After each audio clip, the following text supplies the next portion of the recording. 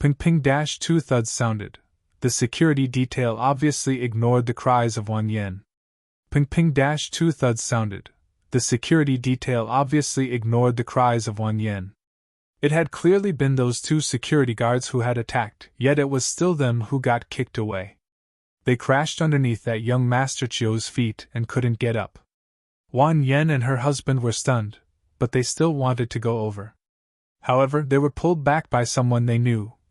Wang Yan, do you not want to have a good life? The people being beaten are Chiu family people, you. Wang Yan was feeling conflicted over what she should do.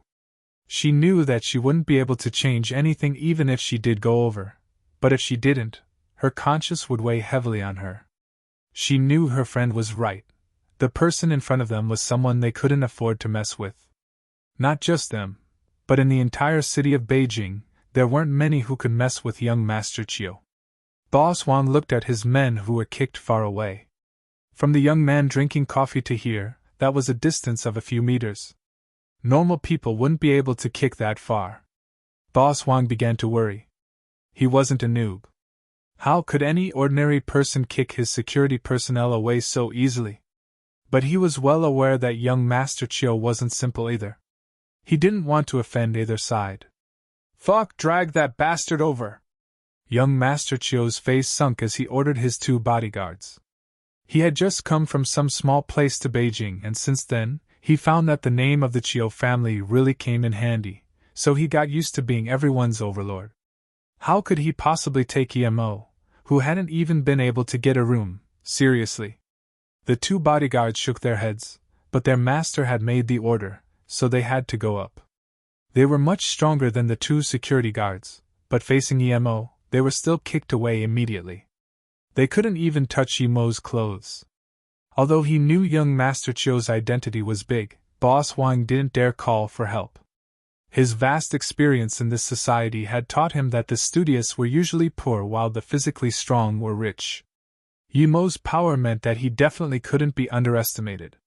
Seeing his two bodyguards get beaten down, young Master Chiu knew he had encountered a tough one. He pointed at Emo. If you've got any balls, then sit there and don't move. Then, he pulled out his phone and seemed like he was calling for backup. Emo stood up and walked in front of him. He raised his hand and slapped young Master Chiu. Chiu spat out many teeth, and his ear also started bleeding. It soon became obvious that his ear was gone. He was slapped to the ground in a daze. There was terror in his eyes. He didn't expect someone would really dare hit him like this in Beijing, and now, he couldn't even crawl up. Emo looked at Dong Jie, who seemed lost, and slapped him as well. Dong Jie's head banged against the door. There was just buzzing sounds in his mind, and he couldn't think about anything else. Seeing Emo walk back, Shishio quickly grabbed him. We need to go, quickly! Why did you beat them? Oh, is he special? Emo sat down again. Shishio looked around and knew they couldn't get away anyways. He sighed and explained. That young Master Chiu is from the Chiu family. Do you know the Beijing Chiu family? Emo shook his head. He had heard of the Li, Zhang, Song, Yi and Xiao families as the five great families of Beijing and even of other families such as the Qin, Han, Ning, O and Zhue, but he had never heard of the Chiu family. Shishio looked worriedly at young Master Chiu, who was still on the ground, and then informed. You should know the five great families of China, right? You came from the Yi family after all. It's said that the Yi, Song and Xiao family offended a powerful person and are on the decline. The Song family even straight out disappeared from Beijing. The Yi and Xiao family went more low profile. It's even being said that the Xiao family is gradually fading out of the five great families and changing into a business family. Well, the two new families replacing them are the Chiu and Dai family. How would you know about this? Emo really didn't know there were families replacing the Song and Xiao family. But word of mouth can't really be trusted. At least Emo didn't feel that the Yi family was on the decline. They are just keeping a low profile. Yi Zifeng wasn't old, but his actions were low-key and mature. Shishio had a hurtful look in his eyes as he replied.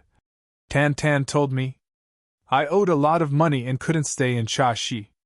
I was forced to repay the loan every day, so then Tan Tan told me to go to Beijing. She was studying here while working at the same time. I also found a job and wanted to pay off my loan and just live a good life with Tan Tan, but. As though realizing it wasn't the time to talk about that, Shi Xiu quickly returned to the topic. That young Master Chiu is probably called Chiu Zhizhe. He's also studying at Beijing University and is very arrogant. He has no brains, so Dong Jie sucked up to him really easily and is now following after him like a dog. But due to his family, no one dares do anything to him. I heard he has a brother called Qiu Jixue who is very powerful. Suddenly, the police siren sounded outside and a few policemen charged in, quickly surrounding Yemo and Shi Xiu. You beat these people? A middle-aged policeman walked in front of Yemo and asked seriously. Yemo nodded. Yes, but it was rightful self-defense.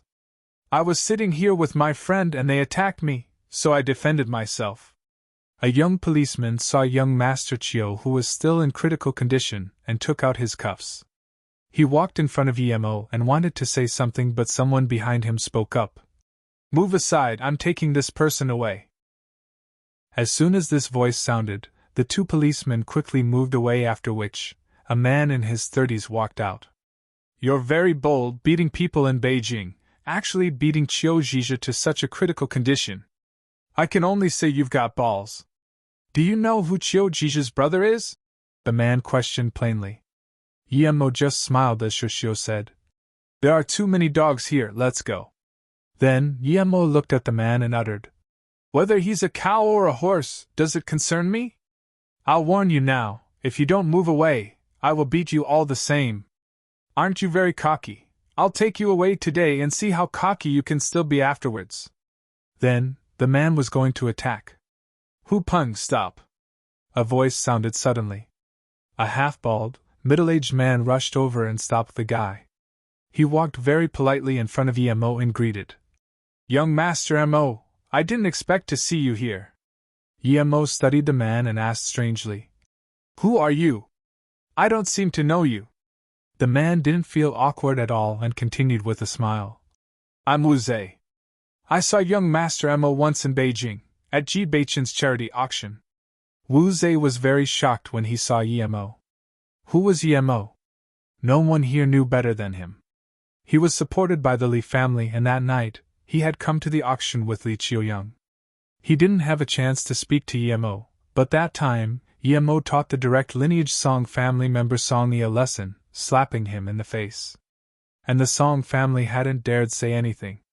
Then, when the Song family wanted revenge on Yemo, they were pulled out by their roots by Yemo. He was very clear on that. Yemo may appear innocent, but it would be a very easy thing for him to kick the newly risen Qiu family away from Beijing. He stopped Hu Peng, saving him while also making a good connection with Yemo. Yemo remembered now. He had gone with Zhang Ju to that night auction but hadn't stayed until the actual auction, because he went to save his sister Yi Ling. Wu Zhe, what do you mean? Hu Peng saw that Wu Zhe, who came from the same place as him, didn't stand on his side yet, instead helped this random young man. Still, he didn't act out immediately. Hu Peng knew that since Wu Zhe was helping this young man, it meant that he was no ordinary person.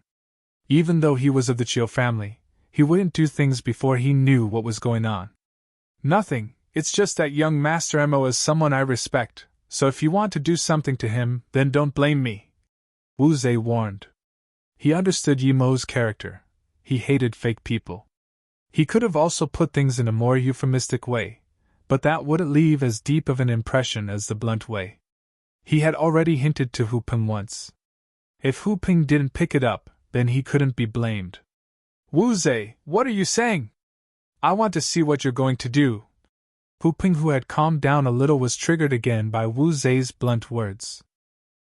This wasn't his face, but the Qiu family's face that was wiped on the floor. But he still didn't try to do anything to Yemo. Witnessing Wu Zhe's attitude to Yemo, he wouldn't do anything until he figured out who Yemo was. Wu Zhe sneered and wanted to keep speaking when two other guys came and pulled them apart. Hence, Wu Zhe glanced at Hu Peng once and then ignored him. He turned to Yemo and invited carefully. Young Master Mo, I was sent down to Shitong suburb for an investigation and was having a gathering with a few friends. If you don't mind, you can come to our room? Yemo just wanted to reject when Shishio suddenly said, Shitong suburb? What's up? Yemo looked at Shishio and asked. What's up? Yemo looked at Shishio and asked. Shishio seemed to have remembered what happened to his family, and explained sadly. Cha Siai town is under the jurisdiction of the Shitong suburb. My dad was locked up in Shitong town, Yemo suddenly said to Wu Zhe. In that case, let's go take a sit in your room. There are some things I'd like to ask about. Hearing Yemo mention some asking, Wu Zhe quickly and respectfully brought them to their room on the second floor. Hu Peng's face changed many times seeing Wu Zhe and Yemo leave, yet he didn't dare stop them. He was in the same room as Wu Zhe, but he wasn't going back with him now. He desperately wanted to investigate who Yemo was.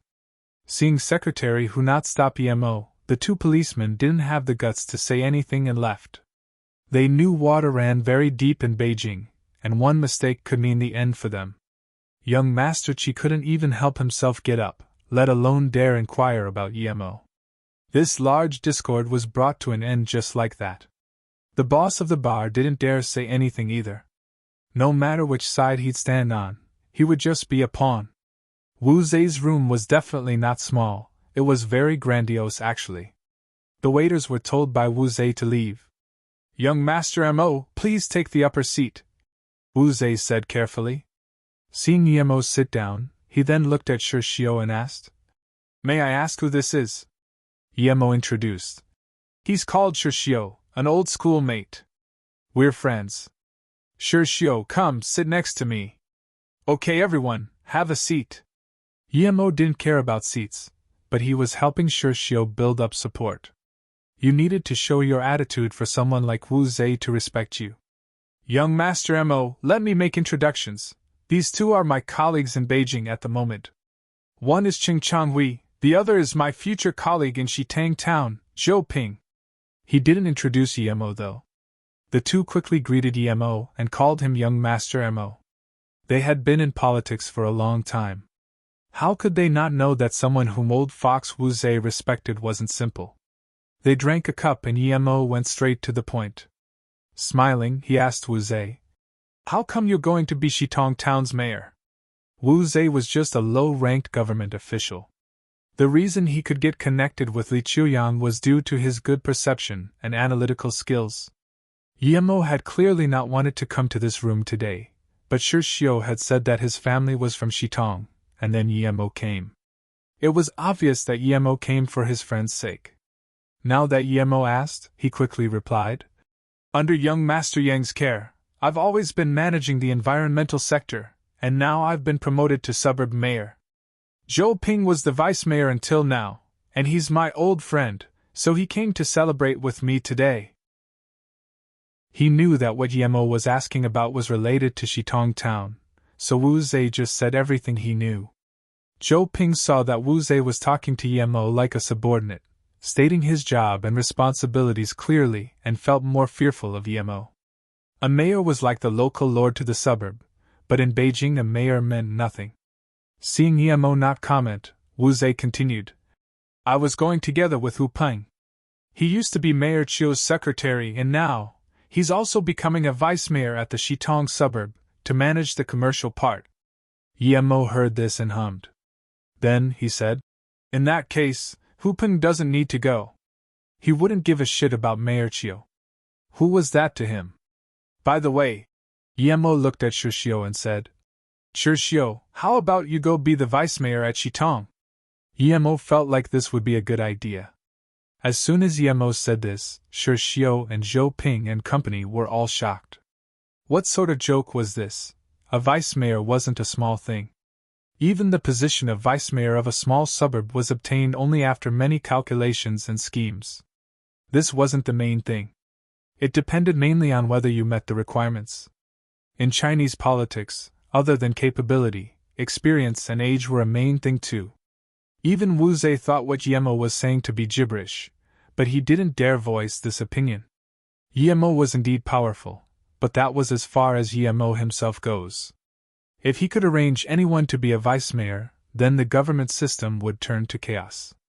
Yemo had never been in politics and thought that it didn't mean much to be a vice-mayor of a small suburb. This? Wu Zhe interjected carefully.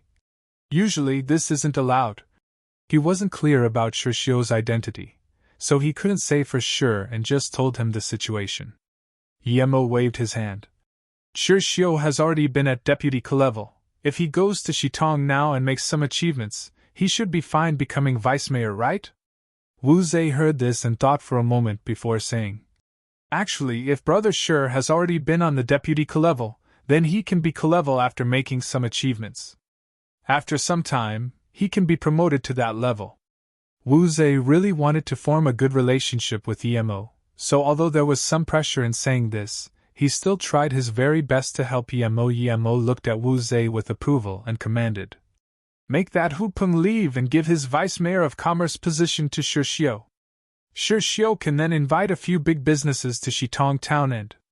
Although Wu Zhe wanted to get on Yemo's good side, hearing this he couldn't help but think of Yemo contemptuously.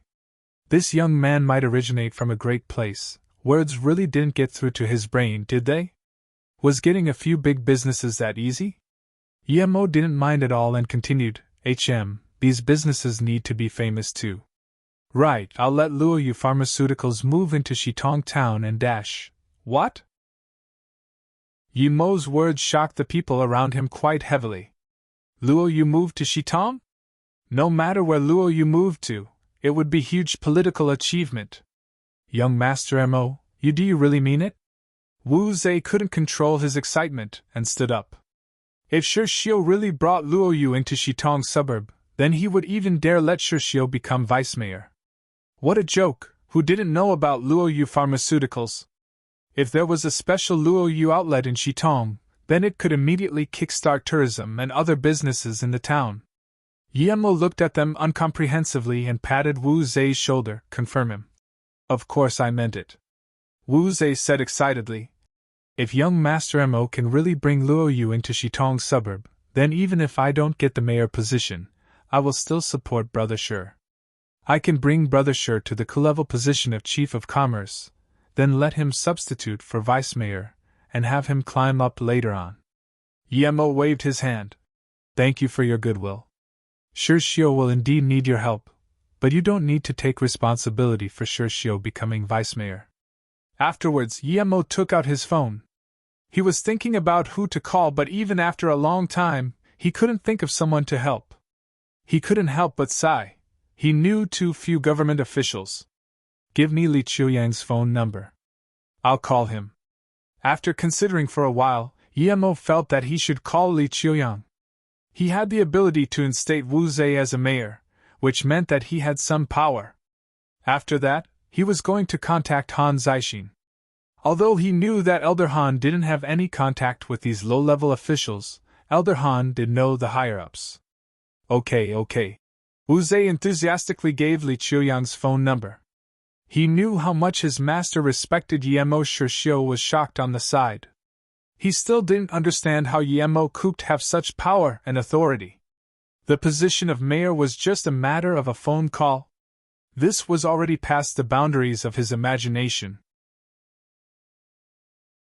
Li Chuyang wasn't a core member of the Li family, but because he was experienced and had made some achievements, he was gradually reaching the inner circle of the Li family.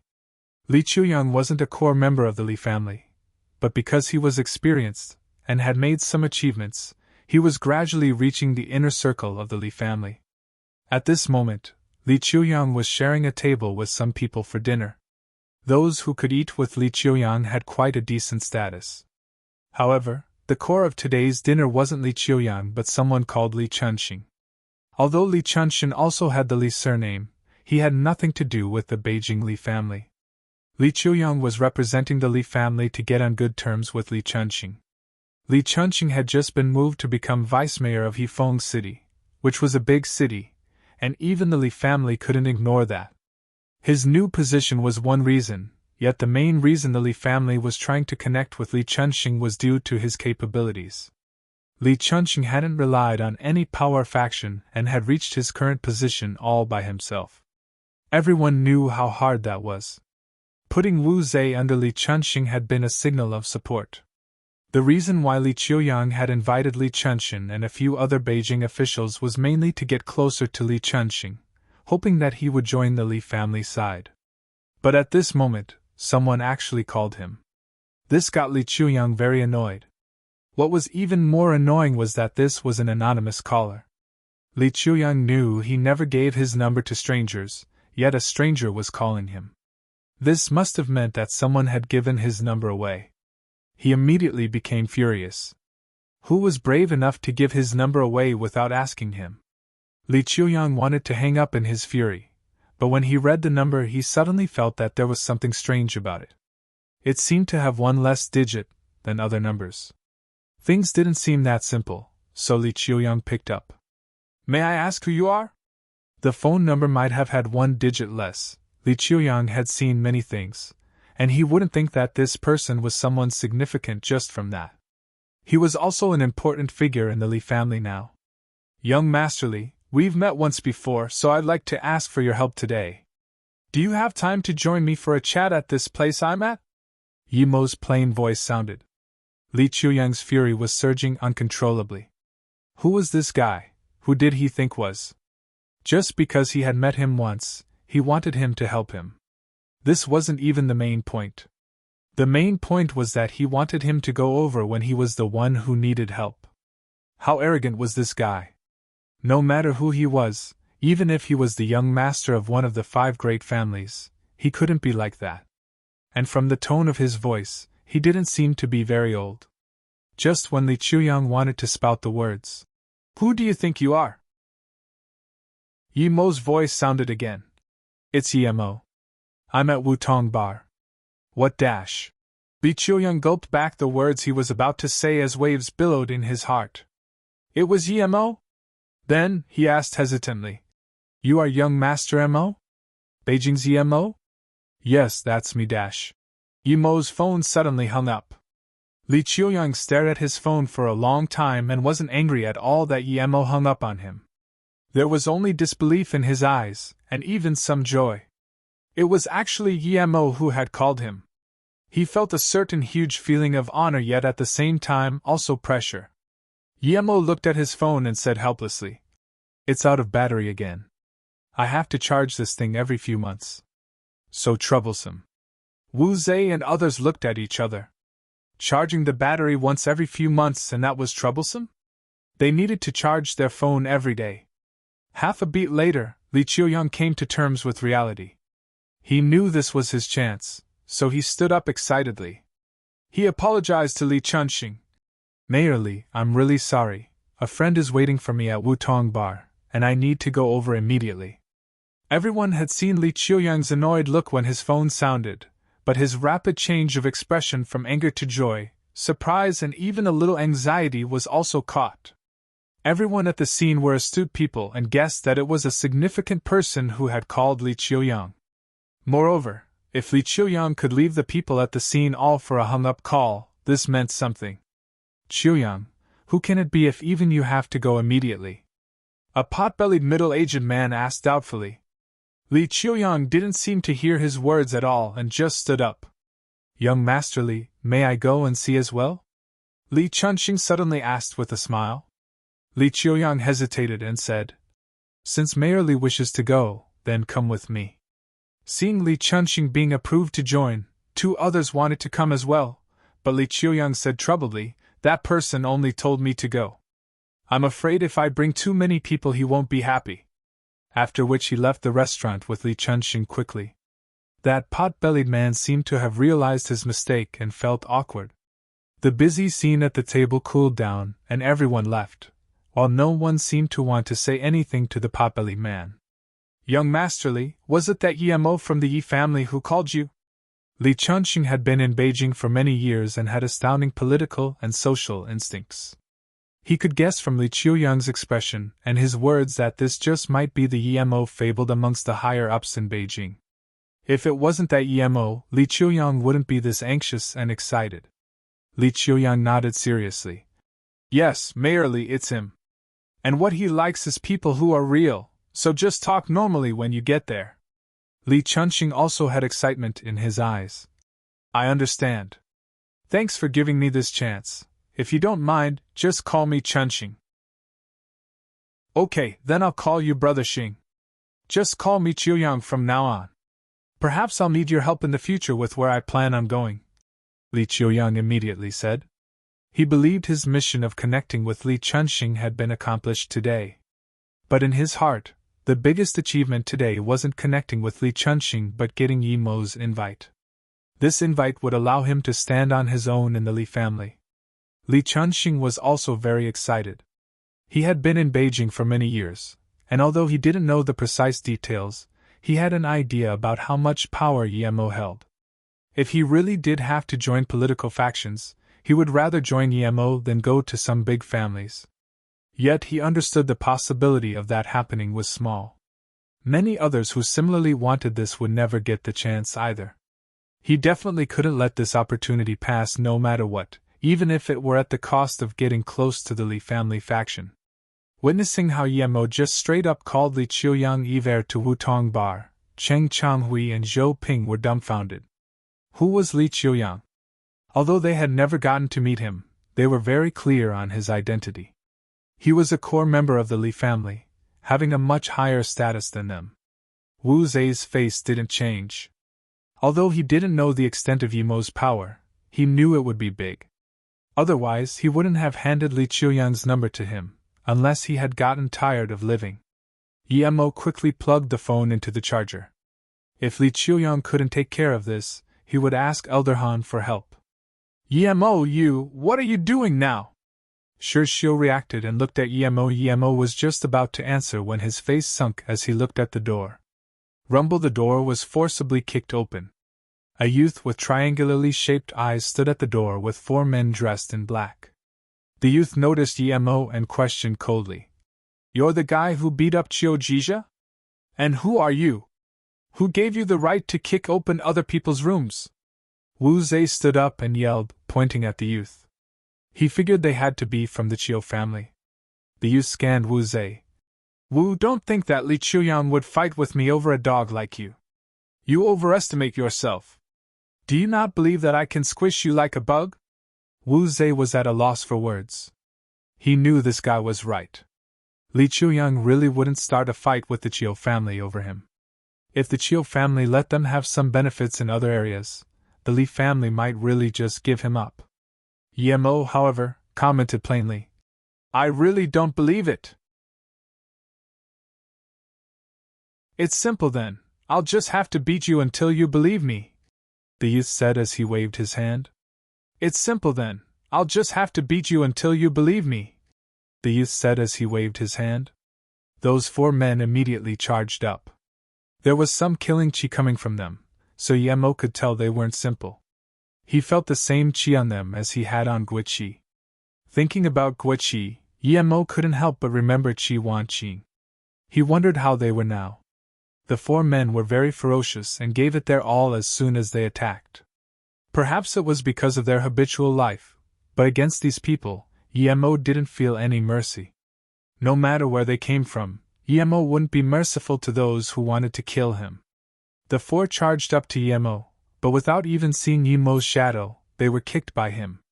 The spooky sound of bones shattering was heard, and in just one clash these 4 men all had their kneecaps broken by Yi Mo. Still, they endured the anguish. They were sweating with pain, but no one yelled out.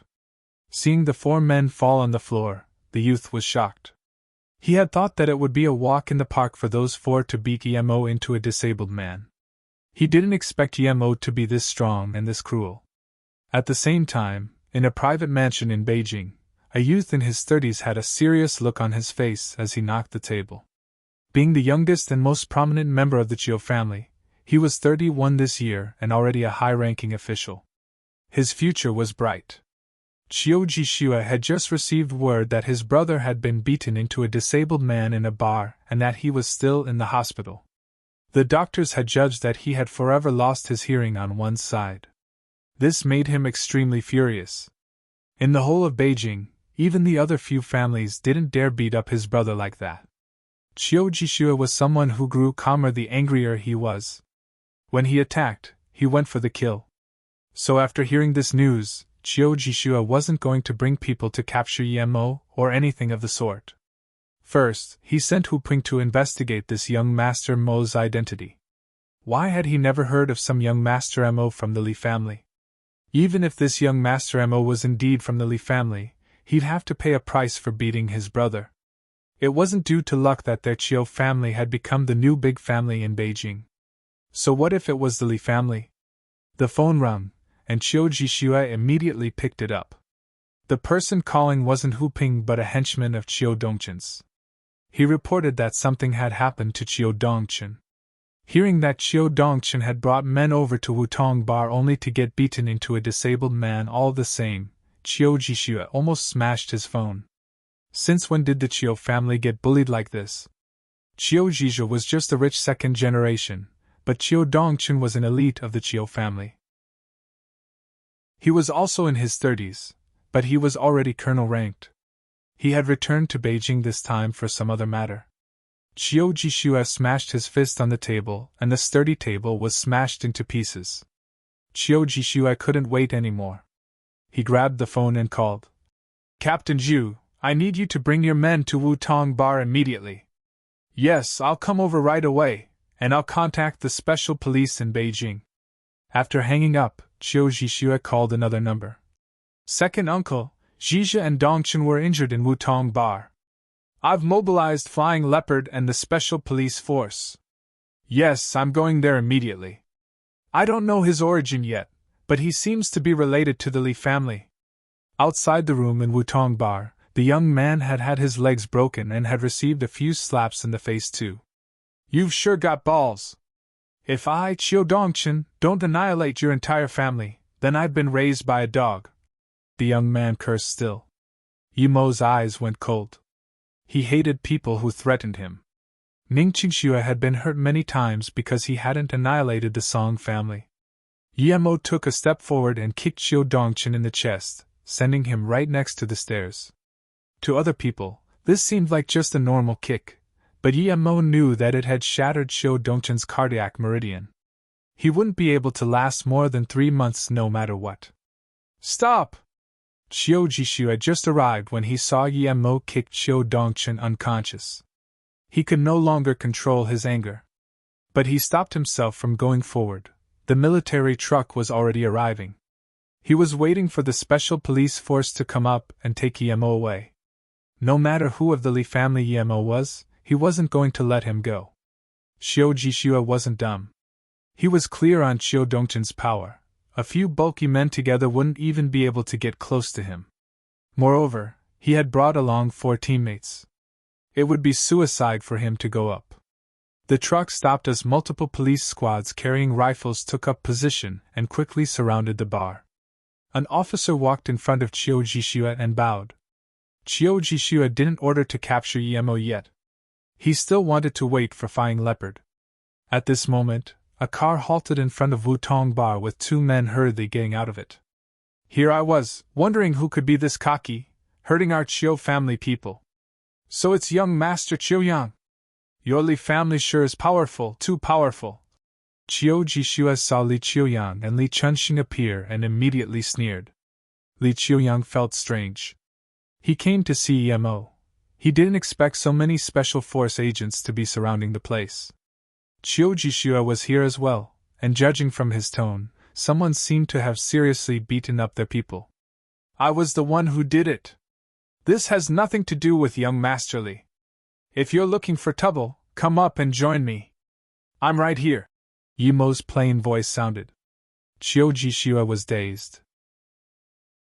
Seeing Li Qiuyang arrive, he was sure the Li family had to be responsible. But why did this young man then suddenly say it had nothing to do with Li Qiuyang? Li Qiuyang was stunned for a second and quickly reacted. He looked contemptuously at Chiu Jishua. If the Li family people had been responsible, then it would be okay for him to be like that. But acting up the same way in front of Yemo, sadly, he was wrong.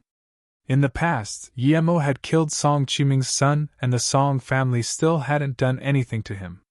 Some Chiu family that was far lesser than the Song family didn't even have to be mentioned. He really felt pity for this Chiu Jishue. Chiu Jishue was no simple person.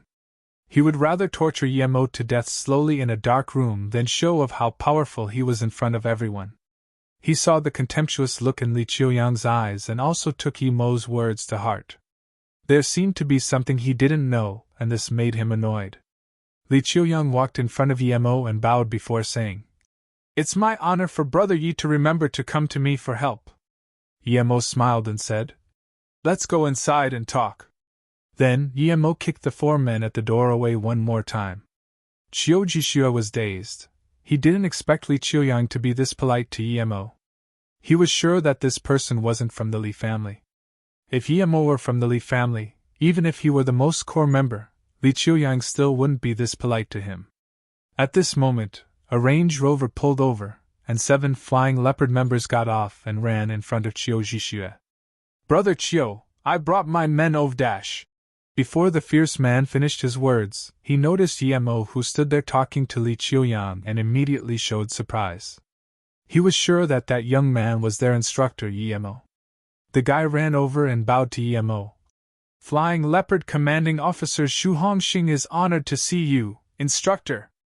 Yemo frowned and asked plainly, "Your special forces are that worthless, coming out due to some random trash call?" "Reporting in, this is my fault, instructor. Because I'm acquainted with Chiu Jishue, I brought out some members out of my own volition.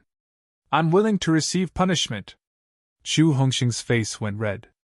One reason he had come was because he knew Chiu Jishue, another was because Chiu Jishue was next in line to become the family leader of the Chiu family. He hadn't dared reject him. Yemo sneered, "Do I have the time to punish you? Go back to where you came from, otherwise don't blame me for what happens." "Yes, sir." Xu Hongxing didn't even look at Chiu Jishue and bowed before taking his squad members on the Range Rover and leaving. Chiu Jishue looked dumbly at the Flying Leopard squad that came and left. Witnessing Xu Hongxing's respect for Yemo, even an idiot would know that Yemo was no ordinary person. At this moment, he was actually getting scared. Chiu Jishue looked dumbly at the Flying Leopard squad that came and left. Witnessing Xu Hongxing's respect for Yemo, even an idiot would know that Yemo was no ordinary person. At this moment, he was actually getting scared. Li Qiuyang gave Chiu Jishue a cold look. There weren't a lot of people in Beijing that he considered significant, but Chiu Jishue was definitely one of them. He was cool-headed and fulfilled his tasks with great skill, but to Li Qiuyang's surprise, he had made such a critical mistake today, offending Yemo. This made him very happy. Chiu Jishue could see the ridicule at his adversity in Li Qiuyang's eyes. Just when Chiu Jishue was at a loss of what to do, a ringtone broke the tense atmosphere at the scene. "Second uncle?" "Yes, I'm already at Wutong Bar Dash." Chiu Jishue's voice stopped there. The reason being his second uncle's desperate voice. "Jishue, you mustn't do anything. Quickly tell the people you've mobilized to get back ASAP. I'll be there in a moment. That person isn't someone our Chiu family can afford to offend. Do not touch him. He's Yemo." Chiu Jishue's mind buzzed. There weren't many people the Chiu family couldn't offend in the Beijing area, but the number one person not to touch was Yemo. He was dumbfounded. Who would have thought this person would be that Yemo? Chiu Jishue was a prideful man. Ever since coming to Beijing, he had been hearing about some Yemo but had never minded it much. After all, no matter how strong Yemo was, he was just a single person. Although according to the rumors Yemo had taken out the Song family all by himself, Chiu Jishue had investigated the Song family's situation. It was because the Song family itself was so scared that they disbanded most of the members, causing the family's power to decline, that they got eaten up by their political enemies. Although Yemo had some impact, he wasn't the main cause. Afterwards, Yemo faded from the Beijing upper society and disappeared for a long time. This also made Chiu Jishue not take Yemo very seriously, which led to him not connecting this young Master Emo to the Yemo. Today, he had witnessed firsthand Yimo's power. Even the flying leopard captain was extremely respectful towards him. This made Chiu Jishua reevaluate Yimo. Even if his second uncle hadn't called, he would have wanted to retreat. A black Mercedes raced over, stopping next to Chiu Jishua. Two people got out of the car. Grandpa. Noticing the people who had gotten out, Chiu Jishua was shocked. Other than his second uncle, there was also his grandpa, actually coming in person. His expression didn't look too good. Chiu Jishua immediately knew things were very serious. The old man walked over to Chiu Jishua with a green face and slapped him. I thought you would be able to mean something for the Chiu family, but it turns out you're still hopeless. After slapping Chiu Jishua, he didn't even look at Chiu Dongchun, who was on the floor, and just walked up to Yimo's room. Are you still not going to tell the police to retreat? Do you want the entire Chiu family to be wiped out? The man following the old man yelled. I understand, second uncle. Chiu Jishua knew that things weren't as simple as he had imagined. He had been too inexperienced, not being able to control his emotions. Seeing Chiu Jishua disperse the police, the second uncle grabbed Chiu Jishua's hand and pulled him in, following the old man into Yimo's room. Li Chuyang stood up and greeted politely. Old man Chiu. Yimo quickly figured out that this had to be the leader of the Chiu family. He also understood why the old man had come over, but as for those old men who thought themselves superior to everyone else, Yimo wasn't a fan of them. He didn't think that this old man would have been unaware of Chiu Jishua's actions in Beijing. If he hadn't met him today, would Shi Xiu have been abused to death? This world seemed more and more similar to the world he was in before. He waved his hand and said, My principle is not to offend those who don't offend me.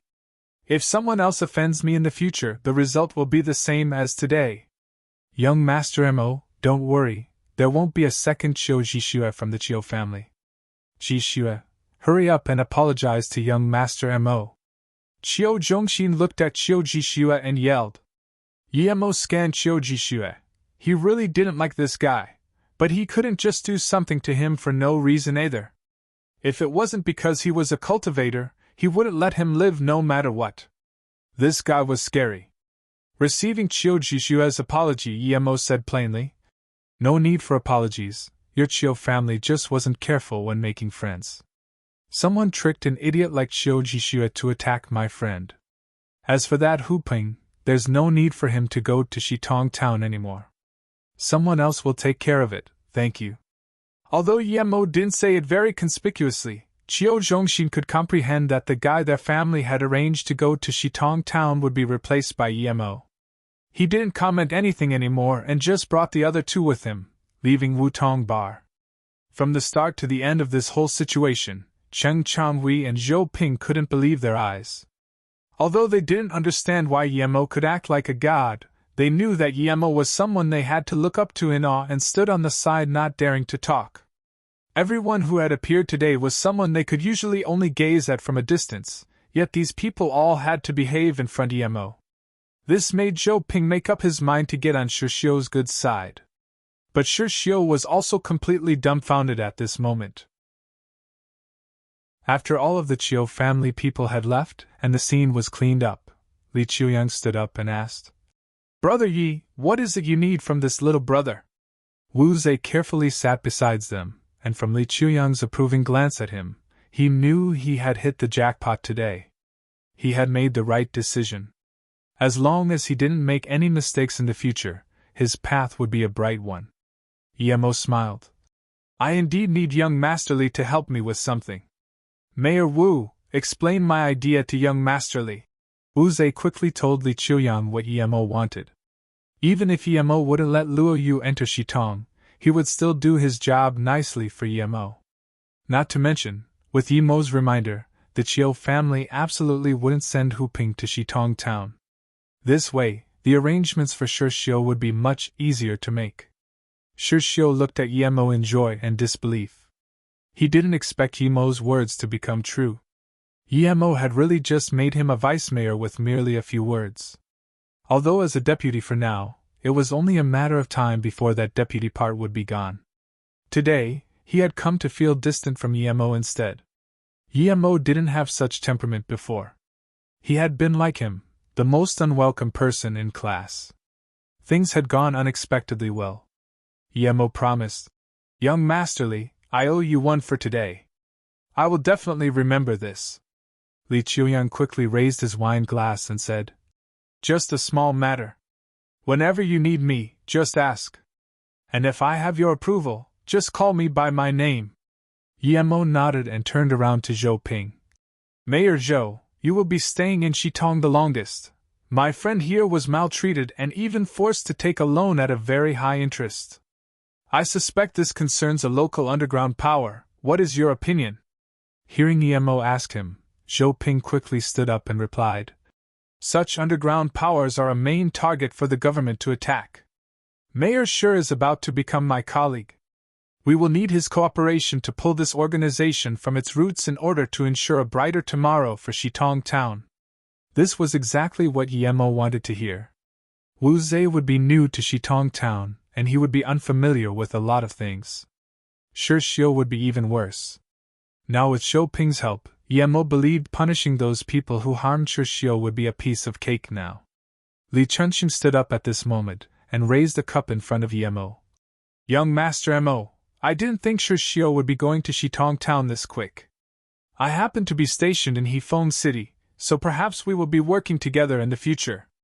I propose this toast to young Master Emo. Then, I will propose a toast to Mayor Shi too." Li Chunxing, as the mayor of a big city, said that he will be in contact with Shi Xiu a lot mainly due to Emo. He was glad to have come today. Who didn't know who Qiu Zhongxin was? Yet even someone like him had to lower his head in front of Emo. Emo's power was far greater than he'd anticipated.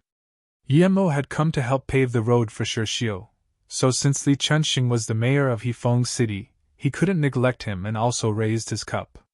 No matter how dumb Shi Xiu were, he wouldn't let a mayor propose a toast to him.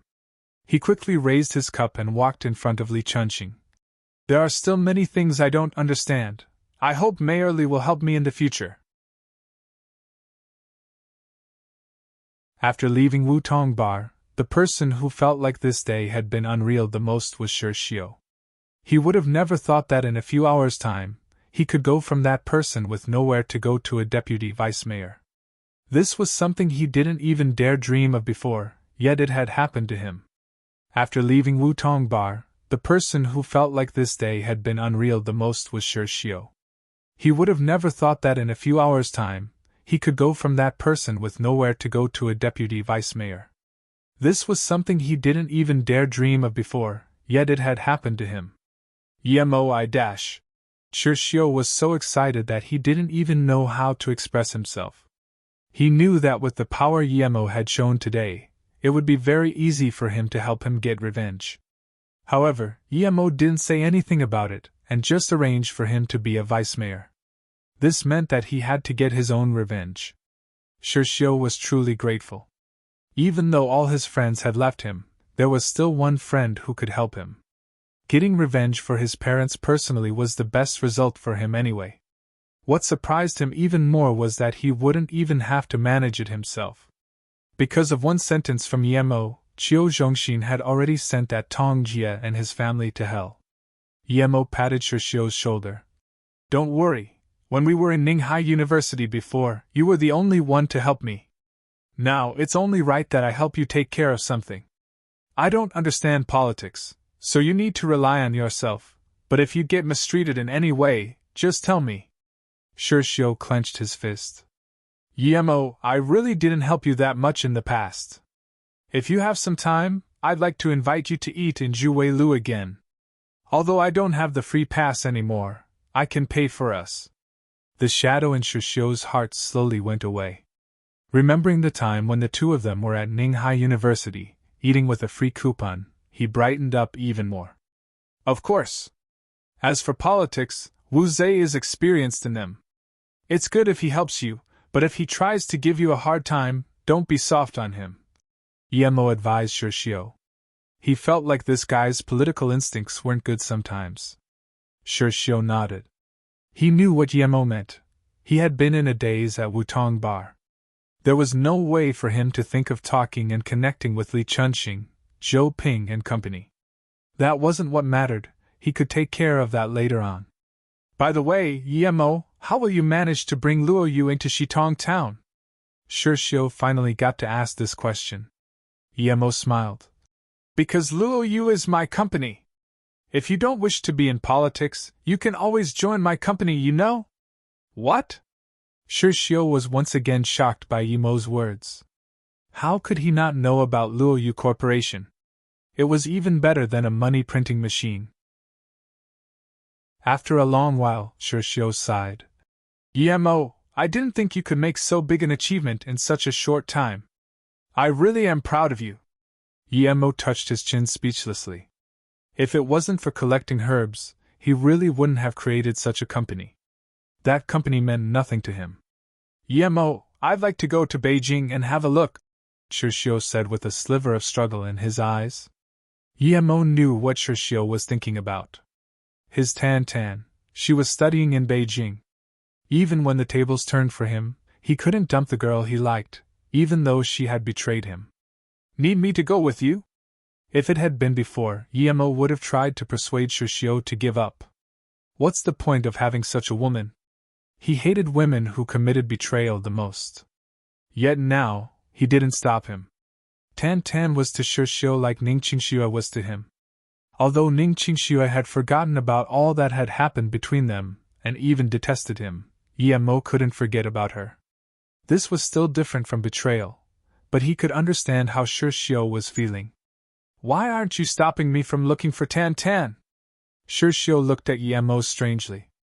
He thought Yemo would stop him from looking for such a woman for sure. Although he knew that he shouldn't go look for her, he couldn't help it. When he was going through the toughest time of his life, Tan hadn't betrayed him. He couldn't understand why when things had gotten better, she did betray him. I think she might have had something in mind. Yemo sunk into silence. He suddenly badly wanted to go see Ning Qingxue. Perhaps he should really have a good talk with her. Luoying seemed to have disappeared. If Ning Qingxue left him too, he would truly feel lonely. So what if she didn't remember? At least he remembered how Ning Qingxue had gone looking for him all by herself in Shinongjia. Go check up on her then, Yemo murmured as though giving himself some excuse. I think you won't have to go to her school. Tan is in that sports car from before.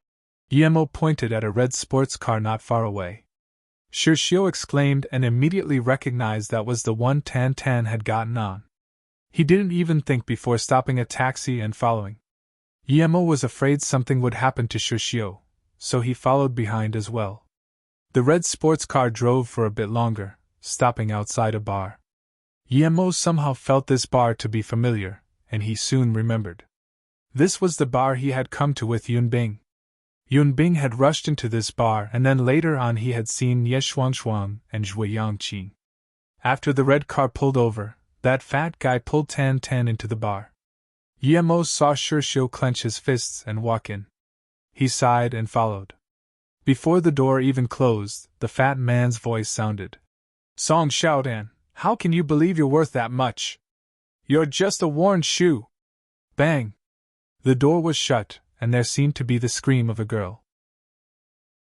Shirshio couldn't resist it anymore, and kicked the door open. The girl called Tan already had a red palm mark on her face, and her clothes were also ripped. But the fat man didn't have it easy either. He had had an ashtray smashed to his head. The two seemed to be arguing over money. Why are you here? Piss off, leave! Song Xiaodan saw Shirshio with a green face and yelled hysterically. She didn't want Shirshio to see her like that. Shirshio didn't say anything and just smashed down on the fat man's head with the trash can next to him. The fat man tossed Song Xiaodan to the floor and charged at Shirshio. Seeing that the fat guy was about to hit Shirshio, Song Xiaodan went crazy and started smacking the fat man's head with the ashtray. Yemo witnessed the scene and was speechless. The security at the bar soon came, pulling them apart. Yemo, you're here too? Shirshio noticed Yemo. Yemo nodded and didn't speak, because there was also police here. What happened? Just when the short policeman started saying a few words, his voice quietened down. He recognized Emo. He still remembered clearly what happened a year ago. Emo had told him to piss off, and if his mate hadn't told him to leave, perhaps he would be in jail now. Today, he saw the person he didn't want to see the most again. The fat man wiped the blood from his head and pointed at Song Xiaotan. "This bitch is cheating me out of 480k and smashed my head with an ashtray. Tell us properly." The policeman next to the short one looked strangely at his partner. This was the first time he had seen his partner act so lame. The fat man calmed himself and relayed. "She agreed to sleep with me, but before getting in bed, she asked me to give her 480k. What woman is worth that much money for one night?" "So this means you're hiring a prostitute?" the police officer asked casually. He saw his partner look fearfully at Emo, and Emo stood by Shirshio's side. It was obvious he was involved in the fight, so when he started questioning, he sided with Song Xiaotan. The fat man immediately screamed. "No, we mutually agreed to this." "Since it's a mutual agreement, why are her clothes ripped apart?" the officer continued asking. The fat man was at a loss for words but still quickly said, "Asking for that much money, of course I disagreed." "So you were going to rape her instead?" The short policeman came back to his senses and asked seriously. "Why are you interrogating me like this? Do you believe me when I say I can pull that uniform off of you?" The fat man got angry and yelled. Shirshio walked in front of Song Xiaotan and pulled her up. He asked with red eyes, Tan, are you trying to get 480k to pay back my debt?" Song Xiaotan looked down and just kept rubbing her eyes, not saying anything. Yumo's instincts told him that the fatty was lying. His eyes were shaky while he was denouncing the officers, and he obviously didn't want this to get too big. Yumo's instincts told him that the fatty was lying. His eyes were shaky while he was denouncing the officers, and he obviously didn't want this to get too big. Emo waved to the short policeman, and he hurriedly came over. "1 year ago, I said there was something wrong with this bar. Didn't I tell you to investigate? Why is it still here?" Emo's tone was unhappy. The short police officer quickly explained. "This bar has been sealed already, but a few months ago, it was sold to a merchant from one state. This isn't the same bar as before." Emo nodded and walked up to the fat man. He slapped him on the head and asked, "What is it you wanted to do bringing Song Xiaotan here?" The fat man hesitated and replied, "I wanted to have a go on her, and then sell her." "So it's a women trafficker." Song Xiaotan's face went pale. She had planned to get some money from the fatty to help Shishio pay off his debt, yet unexpectedly, she was almost sold. "Have you been doing this for a long time? How do you usually trick people?" Emo asked again. "Yes, I have been doing this for 3 years. Well, many girls just have to see my sports car for them to come with me." The fat man didn't hide anything. Emo kicked him flying away and then said to the 2 officers, "Take him away. I believe you know what to do." The 2 policemen looked at each other. They really didn't understand how Emo had just asked 2 questions, and the fat man admitted to his crimes. If he were to go to the police station, what case wouldn't he be able to solve? Seeing the police take the fat man away, Shishio looked at Song Xiaotan, yet remained speechless and just sighed. He now knew that Song Xiaotan must have seen how he was being overly forced to repay the debt, and wanted to help him. Tan, I'm about to be the vice mayor of Shitong Town. Come back with me." Shishio couldn't find any better comforting words and just felt like he owed her a lot. "What did you say?" Song Xiaotan looked at Shishio in disbelief. Still, she knew that Shishio would never lie to her about something like this. Emo left without disturbing them. He believed that Shishio would be able to deal with the follow-up. Although he didn't like how Song Xiaotan had done things, he could tell she was genuine in her feelings for Shishio. Emo felt happy for him. When Emo went to see Yiling and Yizifeng, he found out that Yiling had gone to Flowing Snake, because she was unhappy about not getting to see him last time. Emo rested easy after knowing that she went there. After all, she would be much safer there than in Beijing. Flowing Snake was his territory. Yemo didn't hurry back to Flowing Snake and went to U State instead. He had decided to have a good chat with Ning Qingxue. If Lan Yu was still going to stop him, he would go back to Flowing Snake, and then go check out the small world. U State was a big place originally, and now with the partner of Luo Yu, Fei Yu being there, it was getting even more populous. At this moment, Ning Zhongfei, who was supposed to be happy, was not happy at all. Although his wife had returned, his daughter had disappeared now, and so did her plane. A passenger jet had vanished from sight for no reason, and the US had been attacked by aliens, so it came up with the Earth Protection Plan, suggesting the 200 countries in the world should immediately build an Earth defense base. But there are also people who disagree with its theory and think the US is worrying too much. Some state advisors have brought up that the missing jet case was similar to the ones that happened a few years ago. This time, there was a famous scientist aboard the plane, just like with the ones in the past. Some people even tallied all the disappearances and realized that in these last couple of years, the world had lost 100 or so famous scholars and scientists. Compared to that, Ning Zhongfei and his wife cared more about their missing daughter. "This is all my fault. If I had gone back with you to Beijing, this wouldn't have happened. Now, we don't even know whether Qingxue is dead or alive. I thought she would be fine as long as Yemo left her, but now, these things are still happening." Lan Yu was very annoyed. Not only did she not get any business for the company by staying in the US, she had almost lost her life because of it. Although she was released for some strange reason, the whole experience still made her feel fear. Yemo. Ning Zhongfei uttered this name and fell into silence. Then he said, "The young man I met in Beijing really does look like him, but the differences are also obvious at the same time." Lan Yu was stunned. "Are you saying that Yemo helped you and that's why Fei Yu got the spot?" Ning Zhongfei shook his head.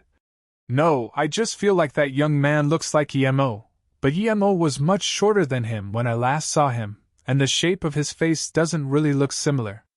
That young man seemed to be much more handsome. On the other hand, I only saw him once when I made the marriage arrangement before. It's been so many years, I don't remember precisely how he looks." Lan Yu gave Ning Zhongfei a strange look. She was certain that the person her husband had seen had to be Yemo. He hadn't seen Yemo, but she had, and not too long ago at that. Yemo had changed so much compared to before. It was reasonable for her husband not to recognize him.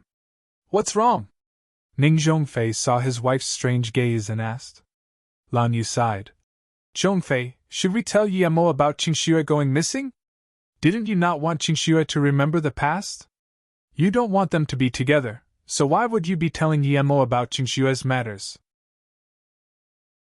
Ning Zhongfei asked doubtingly. Lan Yu fell into a long silence before saying, "I think I might have been wrong in the past. Since things have already happened, we can't stop them. I don't know why Qingxue only lost the memories related to Yemo, but it's obvious that her feelings for him are deep. I always thought that Qingxue had been hurt due to Yemo, but this time it obviously has nothing to do with him. Perhaps this might just be her fate." Ning Zhongfei nodded. "To be honest, I've been against you suppressing Qingxue from remembering the past all along. She has the right to get it back. But now that she's gone missing, what's the point of telling Yemo? It will just make him worry. Besides, you disagreed with their relationship when she was fine, and now, you want them to be together when something has happened to her? That doesn't seem good." Lan Yu shook her head. "Zhongfei, you don't understand Yemo. Although I don't understand him either, I wonder, why did the Song family stop pestering Qingxue? I suspect this has something to do with Yemo. It's just that because we left Beijing, there are a lot of things we don't know. So you want to tell Yemo so that he can think of a way? Think about this though. If even the US government couldn't find anything, what can Yemo achieve by himself?" Ning Zhongfei commented. Lan Yu waved her hand, however, and said, "First of all, Yemo is Qingxue's legal husband. It's not really okay to not tell him when she goes missing. Secondly, I suspect that the young man you saw in Beijing was Yemo otherwise, who would help our family for no reason." "That was Yemo?" Even if he was, what gives him the right to hand us the spot? Ning Zhongfei wondered in disbelief. Lan Yu said slowly, "It's very easy to confirm whether or not that was Yemo. We just need to ask Li Mumei, she knows him. Or, we can find a picture of Yemo and then we'll know." Just when Ning Zhongfei was about to agree, Li Mumei came over. Her eyes were swollen red after finding out that Ning Qingxue had disappeared. She couldn't even sleep well. If it weren't for the fact that she didn't know where Yemo was, she would have told him already. Yet who would have thought that he'd come to U-State today? She didn't dare tell him that Ning Qingxue had gone missing. She made him wait and was going to tell Lan Yu that Yemo had come. Yemo saw Li Mumei leave and felt strange. She seemed to have something on her mind. Her eyes were even a bit red. Fei Yu had gotten the spot, so did she still seem unhappy? What? Mumei, you said that Yemo is here? Quick, tell him to come in. Lan Yu suddenly stood up. The loss of her daughter had made her hopeful about Yemo. Ning Zhongfei also stood up. Was that person who had called him brother really Yemo? So it really was you? Ning Zhongfei looked at Yemo in shock. He didn't expect that the youth he met that day would actually be Yemo. So it really was you? Ning Zhongfei looked at Yemo in shock. He didn't expect that the youth he met that day would actually be Yemo. Lan Yu saw her husband's tone and expression, and immediately knew that this was the young man he had met. By the looks of it, it's quite possible that Fei Yu had been chosen thanks to him. I'm sorry, father, and thank you for the bracelet. At this moment, Yemo couldn't call Ning Zhongfei brother anymore. He was his father-in-law. So you were Yemo all along? Here I was, wondering who had helped me. Be honest, you were the one who helped our company get chosen last time, right? This young man was very excellent. Why would his wife stop him from being with Qingxue? Thinking about Qingxue, Ning Zhongfei turned sad again. This should be a great moment, yet because their daughter had gone missing, it couldn't be good anymore. What happened? Yemo soon realized that Ning Zhongfei and Lan Yu's eyes as well were swollen red. Ning Zhongfei sighed but didn't say anything. Lan Yu also found it hard to speak. Li Mumei quickly explained things instead. What? Qingxue has gone missing?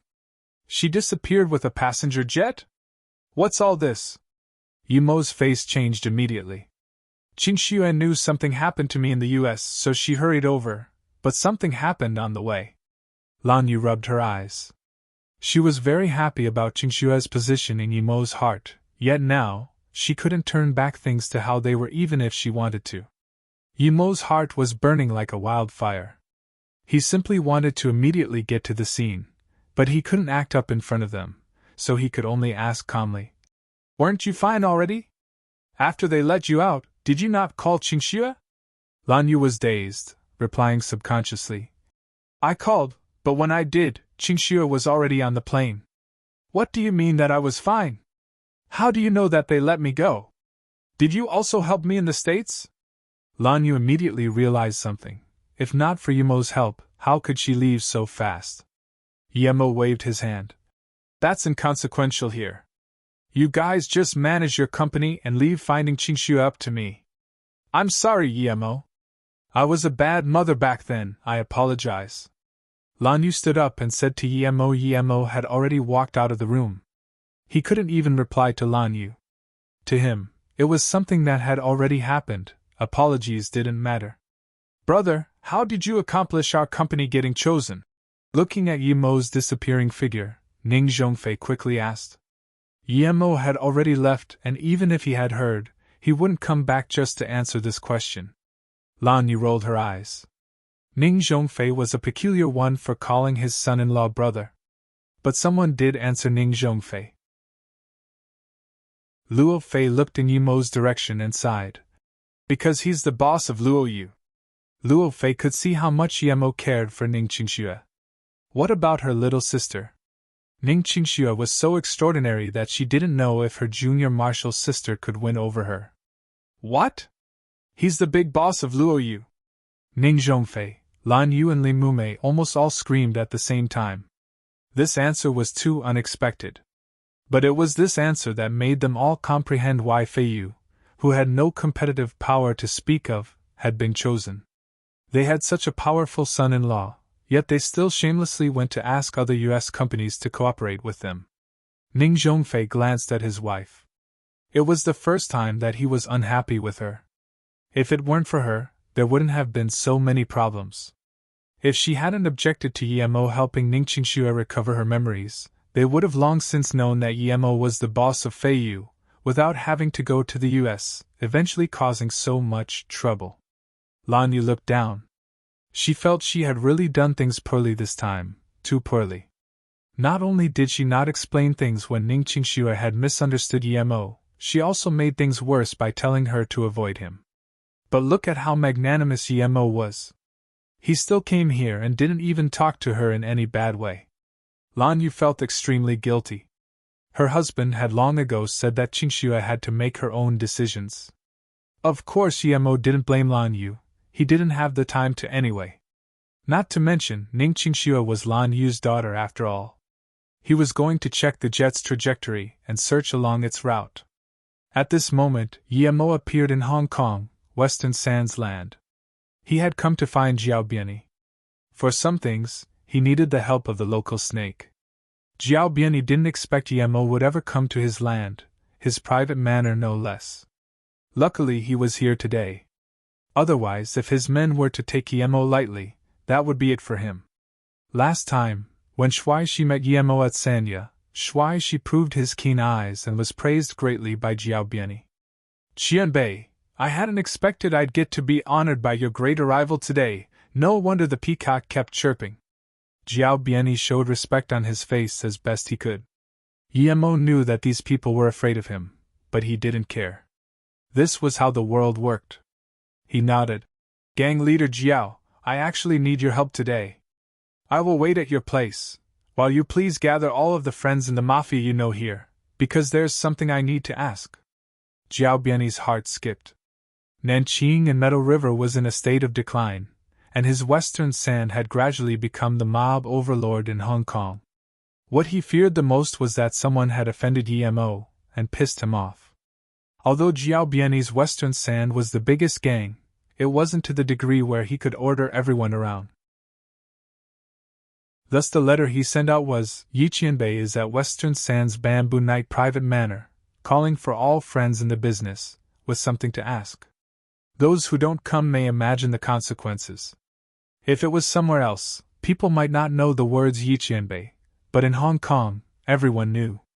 It was at the Bamboo Night Manor that Yemo annihilated De Tang. Furthermore, Zuyu hadn't listened to Yi Qianbei's words, and 3 days later, someone found his body in Thailand. In Hong Kong, you can fight Western Sand, but you can't fight Yi Qianbei. It was also rumored that Earth Fiend had been annihilated by Yemo. Since he could destroy even a behemoth like Earth Fiend, who would still have the guts to offend Yi Qianbei? With this letter sent out, in less than 2 hours, all of the Hong Kong gang's big bosses had gathered. No one dared so much as make a loud noise in front of Yemo. They all bowed to Yemo and found a place to sit. Soon, the scene was full. There was nearly 100 people here, yet the place was dead silent. They were all waiting uneasily for Yemo to start talking, not knowing who this Qianbei was out to kill. Yemo nodded satisfactorily, seeing all these people appear in such a short time. Even Meadow Mountain had come, but having a look at Meadow River, he didn't seem to be doing well recently. I express my apologies for interrupting everyone today. The truth is, I need all of your help today. Yi Qianbei, if there's anything you need, just tell me. I, Jiao Bianyi, will do all that I can. To me, it's an honor to be able to help Qianbei. Jiao Bianyi stood up and said. Yes, Yi Qianbei, although my Yi gang is small, I wouldn't dare lag behind in helping Qianbei. Another ferocious youth stood up, saluting with his fist. With these few people talking, the rest also started vowing similar things. Yemo knew that the reason everyone was acting like this wasn't because they respected him, but because they feared him. If he wanted them to give it their all while helping him, he would have to promise them something they wanted. Yemo waved his hand, and after the noise quietened down he said slowly, A few days ago, a plane from Hong Kong to San Francisco went missing. I believe everyone knows. So it was this. After Emo had introduced the case, everyone breathed easy and went on to answer. Too many people were investigating this thing. Emo continued. My wife Ning Qingxue was on this plane, so I need you guys to investigate for me who got on it. Best if you manage to find out their motives as well. Emo knew that there were a lot of things which the government couldn't find out that these mobsters could. Hearing Emo's words, they started chattering. No wonder Yiqianbei called all of them out. His wife had been on the plane. After they quieted down, Emo spoke further. Of course, I am not asking for your help for free. I will also be giving some rewards. Hearing about a possible reward, everyone at the scene fell into silence. Who was Emo? His reward wouldn't be anything to scoff at. Would it be money or something else? Hearing about a possible reward, everyone at the scene fell into silence. Who was Emo? His reward wouldn't be anything to scoff at. Would it be money or something else? Emo scanned everyone at the scene and said plainly, although everyone here has learned some martial arts already, I believe all of you also understand that there's no ending to martial arts. Yellow level is only the beginning, yet I see that out of everyone here, there are still only 3 people at that level. Most of you must know that one can reach yellow level only by cultivating ancient martial arts. These ancient martial arts, however, are not passed on easily. As Emo spoke until there, the scene started rustling. Emo was becoming more and more mysterious in everyone's heart. He could even see through everyone's level of power. This was too scary. They wondered who those people that had reached yellow level were. But since Emo didn't tell, no one dared ask either. Although those ancient martial arts were nothing but a legend, most people at the scene knew that those reaching yellow level could still be considered true martial artists. But it wasn't an easy thing to reach yellow level. Those who did pretty much all belonged to big sections. Emo scanned everyone and took out a pill, placing it on the table. This pill is called a Qi increasing pill. Regardless of whether or not you have learned ancient martial arts, 1 pill is enough for you to reach yellow level. If you are already at the yellow level, it can allow you to ascend at least 1 stage and even help you reach black level dash. Rumble the scene erupted. A pill that could let you reach yellow level instantaneously. This was too enticing, too absurd. As for some black level, that was ignored. People rarely knew that it existed and had no concept of it. But Metal Mountain did know, so he was even more shocked. Daoist Xian had been black level. And even Nanqing hadn't dared mess with him. He understood how terrifying the notion of a black level warrior was. If you reached yellow level, then even without a gang, you could roam anywhere you liked. If Emo wasn't the person the pill was in front of, people would have already started robbing. Nonetheless, some people couldn't control the desire in their heart any longer. Some big brother of a small gang charged out of his seat, grabbing at the bottle. He thought that no matter how strong Emo was, he would surely manage to snatch it. He did it unexpectedly. Afterwards, he would charge out and run away even if it meant leaving Hong Kong immediately. Someone had the guts to rob Yi Qianbei's belongings? Those who knew how strong Emo was were dazed. Was there such a person that didn't want to live? Emo sneered. He didn't expect there to really be someone who wished to die. He waved his hand and the guy was smacked to the corner. Before he could react, a fireball flew out on top of it. The man was covered by the fireball in an instant yet didn't die immediately. Everyone looked at this scene in horror. If they weren't seeing this with their own eyes, they'd think this was a movie. The man kept howling in the fireball, but everyone could only see his face without being able to hear his cries. The scene was so quiet that even the drop of a needle could be heard. After a while, the fireball disappeared, and only a few flicks of ashes fell from it, with nothing else remaining. Emo scanned everyone else and said coldly, "This was the first time, so I'll let it go like this. If there's a second time, I won't be so kind." He was exerting his dominance. These people were scattered and unorganized. Although a lot of people had shown up, those who really understood his power and obeyed him were not many. Everyone started sweating. At this moment, they realized this Yi Qianbei wasn't that easy to talk to at all. He had just turned a person into dust, and that was called his kind punishment. What would the hard punishment be like? Moreover, look at how absurdly strong he was. Can you really achieve this if you cultivate ancient martial arts to a very high extent? Moving on, Yemo said plainly. To anyone who can provide me with the answer to my questions, and I'm happy with the answer, I will give a chi increasing pill. If 10 people show me results I like, I will give 10. No matter what level you're at, I can make you increase it. The scene burst into an uproar again. Everyone had already forgotten the man who had been burned by Yemo.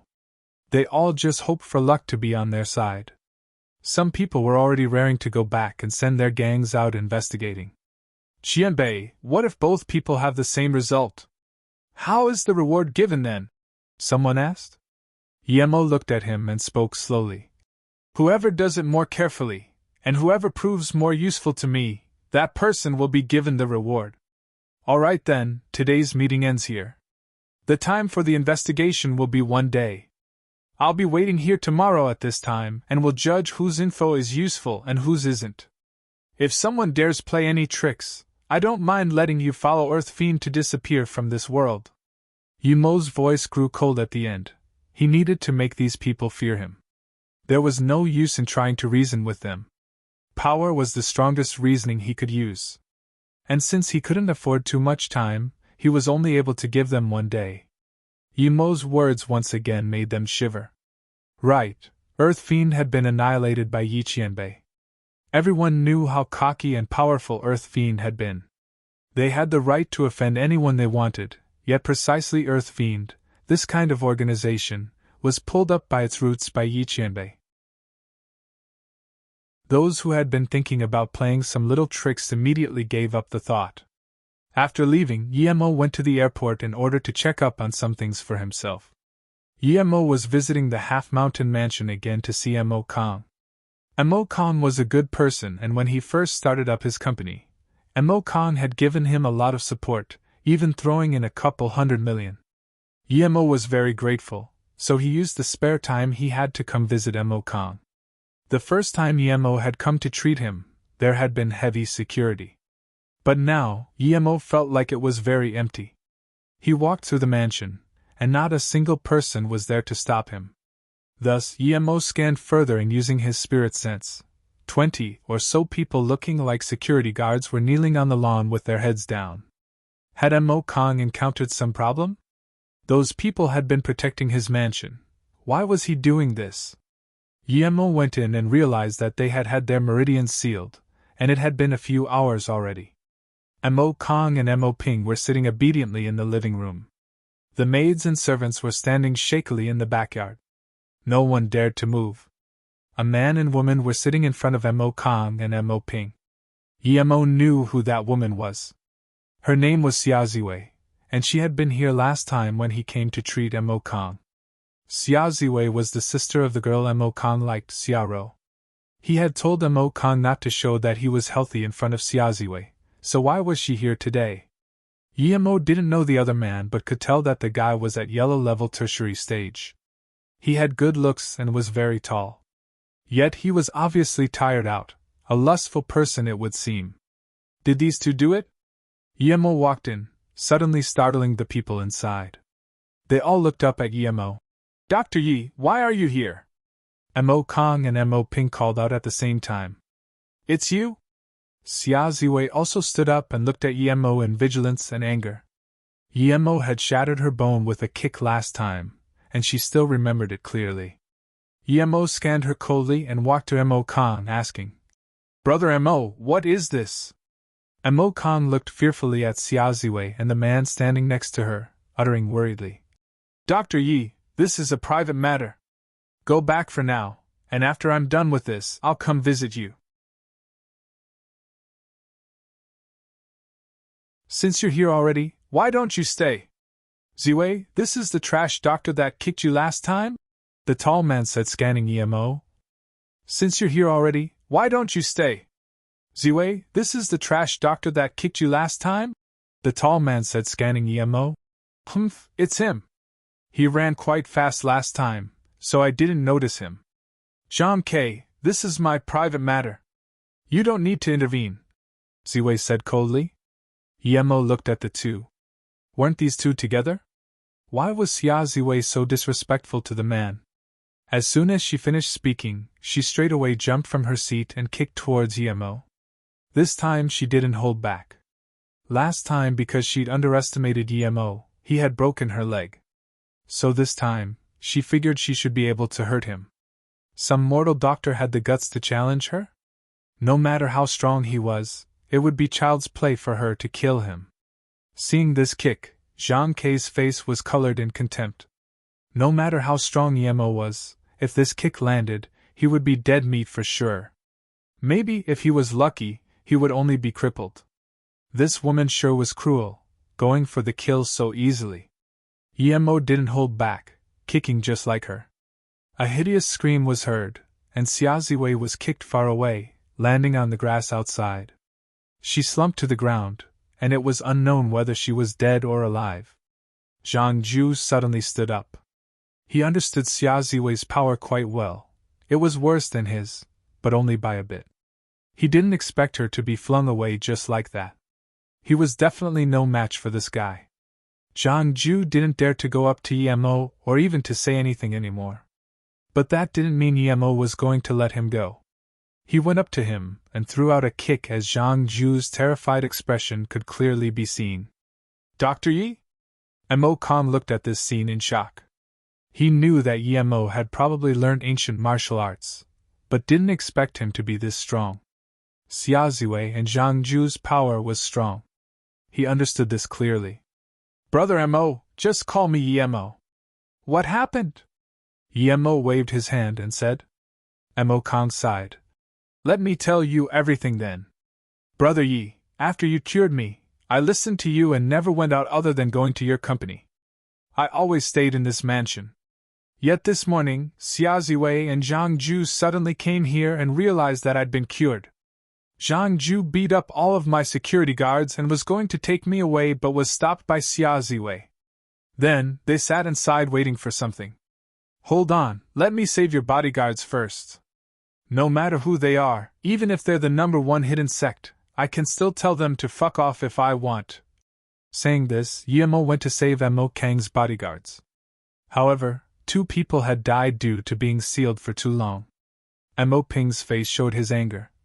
Uncle, how can they kill people so easily like that? Emo Kong smiled bitterly. Our lives are worth nothing more than that of insects to these people. He remembered his life at the Xia family and sighed. Then Emo Kong asked Emo, Brother Yi, why would you suddenly come here? What about them now?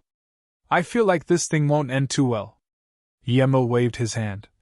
Don't worry about those two, since I don't mind beating them up, it means that I'm not scared of the power behind them. I said I will help you, so don't worry. I came to Hong Kong mainly to investigate that missing passenger jet. And so, Emo told him what happened. Your wife was also on the plane. Emo Kong was shocked. He knew that the plane had gone missing for quite long already. No one was entertaining the hope that the people on it would still be alive. But since Emo had saved him many times, he had the responsibility to help him investigate the matter. Ping-er, immediately go investigate this case, including the people working aboard. Mo Kong ordered. Mo Ping nodded. Soon, he left with people from the mansion. Although Emo didn't come to Mo Kong for help, one extra person helping meant one extra reason to hope. Let me ask these two what they're doing here first. Emo walked out onto the grass and dragged them inside. Emo patted Xia Ziwei awake. She looked up at Emo in terror. Tell me why you came here. What is it you wanted to do? Mo Kong was the first man your sister met. She has hurt him for more than 20 years, and you still come to harm him in the mortal world. Where is your conscience? Emo's voice was very cold. My sister harmed him? Bullshit. There was irony in Xia Ziwei's eyes and she wouldn't talk anymore. Emo didn't dare use his usual means to interrogate, because as to these strong-willed people, they may make them become idiots straight away. Seeing Xia Ziwei was unwilling to talk, Emo patted Zhang Ju awake. He couldn't use harsh means on Xia Ziwei, but he could on Zhang Ju. Tell me your motives. If you don't speak within 3 seconds, I'll be killing. Emo's voice went cold. Although Zhang Ju had good talent for ancient martial arts, for someone who couldn't even control his lust, his will wouldn't be very strong. Keep dreaming. I'm from the Hong martial sect. Zhang Feng is my uncle. What do you dare do to me? Our sect will demolish your entire hometown arc. Before Zhang Ju could finish, Emo stood on his kneecap. The frightening cracking of bones sounded, and Zhang Ju howled out in pain. Xia Ziwei looked on from the side in fear. This doctor sure was cruel. There would be no cure for Zhang Ju's knee like that. You're heartless! Zhang Ju cried. That bone-carving pain made him want to die. Emo commented bleakly. I'm cruel? Look at those 2 bodyguards that are already dead. Why don't you call yourself cruel? I haven't even killed you yet. How am I cruel? They're normal people. How can they compare to us? They're just some insects. Zhang Ju truly believed he was right. Them ancient martial artists were obviously vastly superior to those mortal world insects. Emo couldn't be bothered to speak anymore and just stood on his other kneecap. I was asking you something. Why are you changing the topic? Don't step, I'll speak. Zhang Ju really hadn't been changing the topic, but he didn't dare speak any more bullshit. This Dr. Yi was too cruel, Zhang Ju said. Not too long ago, because Luo Yu's beauty pill was cashing in way too hard, many hidden sect people started sending members to Flowing Snake, wanting to control this business. Hearing about this, Emo felt shocked. That's right. His business earned so much, how could the hidden sect people just let it be? Emo knew that the hidden sects also needed money, large amounts of it actually, just like those people who had gone to the Wu Liang Mountain auction. If they didn't have businesses in the mortal world, how could they possess that much money? Although the pills and magic artifacts also sold for a lot of money, that was a limited resource. His beauty pill was earning this much, there was no way the hidden sects wouldn't be greedy for it. Emo almost sweated a bit. Luckily, he realized this fact today and could now set up defenses. Otherwise, after things would have happened already, it would be too late. Just like what had happened with Qingxue. Still, the hidden sect people dared prey on his business? They must not want to live anymore. He wasn't so easily harassed. But what has this got to do with Mo Kong? Seeing Yemo's eyes go cold, Zhang Ju shivered and continued. During our investigation, we found out that Luo Yu had received financial help from Mo Kong Corporation, so we came back to check on Mo Kong and realized that he hadn't died. Hence, my uncle quickly sent me over to take Mo Kong away. If that's the case, then why are you still here? Yemo wouldn't have expected it to be his company that would expose Mo Kong in the end. Zhang Ju looked at Xia Ziwei and said, "Because of Ziwei. As soon as my uncle sent me here, her sister knew about it immediately and told her to come with me." Zhang Ju looked at Xia Ziwei and said, "Because of Ziwei. As soon as my uncle sent me here, her sister knew about it immediately and told her to come with me." Yemo looked at Xia Ziwei and said coldly, "Xia Ziwei, I'll give you one last chance. If you still don't speak up, then don't blame me." His business was involved here, so Yemo wouldn't be so easy to talk to. There was some killing intent in his words already.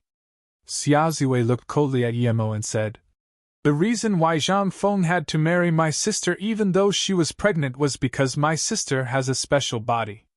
In ancient martial art terms, she has what is called a Li'in body." "What?" Zhang Ju looked at Xia Ziwei in disbelief. The Li'in body was an open secret among ancient martial arts sections. This body only ever appeared in legends. No one had truly seen a Li'in body before. Xia Ziwei didn't even look at Zhang Ju and continued. "Ancient martial art cultivators who dual cultivate with a woman having a Li'in body can reach at least the earth level, and they even have a chance of reaching great heaven state. Zhang Feng found out about my sister possessing the Li'in body and tried his uttermost to marry my sister. However, there was a huge problem. The woman must wholeheartedly cooperate with the man or else it won't work. My sister had her heart set on Mo Kong already, so Zhang Feng married only my sister's body, yet not her heart. So that's how it was? Mo King's heart tightened. He suddenly hated himself for not even being capable of protecting the one woman he loved. What was the point of having this much money? He would rather have nothing if it meant he could live with Xiao forever. Xia Ziwei looked at Mo Kong in contempt. She looked down on him from the bottom of her heart. He couldn't even protect his own woman. The reason that Zhang Feng didn't dare kill Mo Kong was because he was scared my sister would close her heart completely. If she did, then he would stand no chance. However, after all these years Mo Kong still lived in the Xia family. Hence, he thought of a wretched way of sealing Mo Kang's meridians, turning him into something that would never wake up. If my sister still wants Mo Kong to live, she wouldn't be able to reject his will. Xia Ziwei wiped the sweat from her head and said, "My sister knows Zhang Feng's character, and she knows his means. Turning people into a vegetable like this entails that even if you don't die of old age, you will still die due to constantly reflecting on your most painful memories. Therefore, my sister told me to build a temple for Mo Kong, putting a magic artifact inside to release the hatred in his heart, so that he may live a few extra years." So that was it. Mo Kong had tears all over his face, and just kept muttering Xiao's name. His torture had been physical, but Xiao had been tortured both mentally and spiritually. And here he was, all this time blaming her for her betrayal. But 20 years have passed and Zhang Feng's patience is running thin. He thought Mo Kong had died, yet my sister still wouldn't love him. Just when he was about to lose control, his men found out about Mo Kong being fine over at Luoyu. Even he couldn't believe that Mo Kong could have been cured. He knew that this was his chance. He used this opportunity to threaten my sister. 20 years ago, he didn't dare to threaten her, but now, no matter whether he does or doesn't threaten my sister, she wasn't cooperating anyway. Xia Ziwei's tone gradually calmed down. She continued, "My sister was about to come see Mo Kong, but her actions were under Zhang Feng's control, and he didn't allow my sister to come. Yet this time, my sister had made up her mind to come. So Zhang Feng wanted Zhang Ju to bring Mo Kong back first. My sister knew what Zhang Feng wanted to do and told me to stop Zhang Ju from bringing him away." "Then what is it your sister wants?" Mo asked. Xia Ziwei shook her head. "I don't know, my sister just told me to wait here. She said she would come for sure. I'd been waiting for a few hours already, and you know what happened afterwards. My sister is afraid that if Mo Kong is taken away, there's no way he will ever be able to return." Mo stared at Xia Ziwei and said, "But I still feel like you're lying. Why can I see in your eyes that you want Mo Kong to die as early as possible? Last time I was here, your eyes were also the same." Xia Ziwei looked hatefully at Mo Kong and said, "That's right, I want him to die. If it wasn't for him, why would my sister be in this situation? This kind of garbage, how can it live for this long?" Mo Kong was holding his head, muttering, "Yes, I'm a piece of garbage, complete garbage." Mo ignored Xia Ziwei and kicked Zhang Ju again. "So you want to scheme for the beauty pill at Flowing Snake, right? Other than Zhang Feng, who else is thinking the same way? You don't need to ask him, I will tell you." A plain yet heavy voice sounded. Mo had also already noticed that person's arrival before that. This person was very fast. There was a 200-meter distance between them, yet he appeared in a mere moment. This guy was a very bulky-looking man, had some beard, a loud voice loud, and even his actions had a certain temperament to them.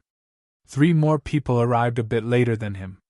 Other than a middle-aged woman, there were 2 women at the black level. Xiao.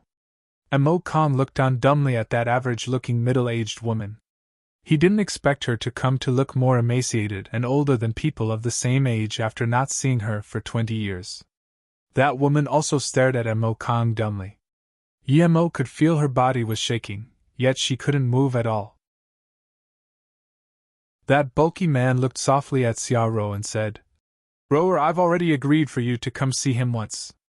Say what you need to say, and remember our promise. Xiaoro didn't seem to have even heard this man's words as she moved slowly towards Mo Kong. Mo Kong couldn't hold it in anymore and charged over to Xiaoro, hugging her, while he couldn't say a word. The bulky guy stared at Mo Kong with killing intent flashing across his eyes. A mortal dared hug his wife in front of him. Only Yemo managed to see him raise his hand, so he stepped forward and caught a very thin needle. He looked coldly at the guy and said, John Feng, right? How dare you use projectiles in front of me? Before the man could talk, Xiaoro reacted and pointed at the man. John Feng, what was it you promised when you came along? Why did you attack Mo Kong? You lied! Zhang Feng's face went green and ignoring Emo, he said in a cold voice. You have the guts to cheat on me, hugging another man in front of everyone, yet you still dare criticize me? You can forget any past deals we had. Although Xiaoro was just a tool to him, she was still his wife. He couldn't tolerate what she was doing. Cheating on you? Bullshit! Zhang Feng, you finally show your true face. Let me tell you, I never thought about going back alive today. I've already long since married Mo Kong, look at this. You've imprisoned me for 20 years. Now I will die with Mo Kong, and what can you do to keep imprisoning me? Xiaoro took out a red booklet and waved it in front of Zhang Feng. You dash. Zhang Feng saw the marriage certificate, and almost spat out blood. Although it was a marriage certificate of the mortal world and trash to him, he couldn't tolerate Xiaoro had kept it for all these years. Xiaoro! Mo Kong called. Xiaoro smiled sadly. Mo Kong, although I haven't lived with you, we can still be together after we die. I brought this on you all these years. I promised I was going to come out and find you, but I wasn't able to. Mo Kong finally came to his senses and shakily pulled out a sealed marriage certificate from his pocket. Xiaoro, I have mine here too. We can be together forever now. Don't worry, Brother Yi said he will help me. Brother Yi? Xiaoro repeated. Mo Kong nodded and pointed at Yemo. Yes, this is Brother Yi. He's the one who cured me of the disease before. Ahaha! Zhang Feng was so angry he laughed. Even if Xiaoro immediately agreed to dual cultivate with him now, he wouldn't let a woman who had betrayed him live. You are that Brother Yi? You asked me how I dare shoot projectiles in front of you? You dare investigate about our hidden sex? Zhang Feng's laughter stopped. There was not a bit of a smile on his face. His face was even colder than his voice as an intense killing intent surged up. He needed to beat this person in front of him to a pulp right now. Yemo sneered. I also broke Zhang Ju's knee. And of course, if my investigations show that your shabby sect dared scheme for my business, then I won't mind pulling your sect up by its roots. Who do you think you are? The Heavenly Emperor? Zhang Feng sneered. He was already Earth-level middle stage now, a master in the hidden sections. This young guy had the guts to bluff in front of him? I am not the Heavenly Emperor. I am Yemo. Yemo's voice was very calm as he looked at Zhang Feng as though he were a dead man already. Yemo, Shliemo, whatever. Do I look like I see a Yemo? You say you're Yemo? Zhang Feng suddenly stopped his rage and looked at Yemo in shock. Yemo, Shliemo, whatever. Do I look like I see a Yemo? You say you're Yemo? Zhang Feng suddenly stopped his rage and looked at Yemo in shock. Only at this moment did he realize that this man had caught his flying needle. He knew all too well how hard it was to catch it barehanded, moreover when he made a surprise attack. Due to his rage, he had neglected that fact. Now that Yemo said what his name was, Zhang Feng was stupefied. Plus with the stories of Yemo circulating in the hidden sects, he suddenly felt scared. If this Yemo was the Yemo that had annihilated a couple of sects, then this would be the end of him, no, of his entire Hong martial sect. Yemo was able to make Helu's sect and Yen Sun close up. It would be all too easy for him to eradicate the far inferior Hong martial sect. Zhang Feng suddenly realized that the more hidden sects went to investigate Luo Yu, the less of them wanted it. This was a very eerie thing. Not to mention, considering what they had found out already, combined with Yimo's words just then, he would be a pig if he still didn't comprehend that Yimo was related to Luo Yu. Zhang Feng started feeling cold sweat. He hated himself for sending a moron to investigate Luo Yu who couldn't even find out that Yimo was behind Luo Yu. The people he sent out were all arrogant. Why would they care who was behind some mortal world pharmaceutical company? They just cared about the recipe. If it wasn't out of concern that other hidden sects would criticize him for breaking the rules, perhaps his men would have straight up interrogated them for the recipe. Compared to offending Yimo, Xiaoro wasn't even a problem. Might you be the Yimo Qianbei that hails from the Beijing Yi family? Zhang Feng suddenly became very respectful. He was sure that this Yimo had to be the Yimo of that Yi family. Whether it was true that he had slaughtered the elites of the two big sects or not, what mattered was that he had been able to catch his needle with his bare hands. Yimo sneered. Are you implying that if I'm not that Yimo, then you can kill all you want?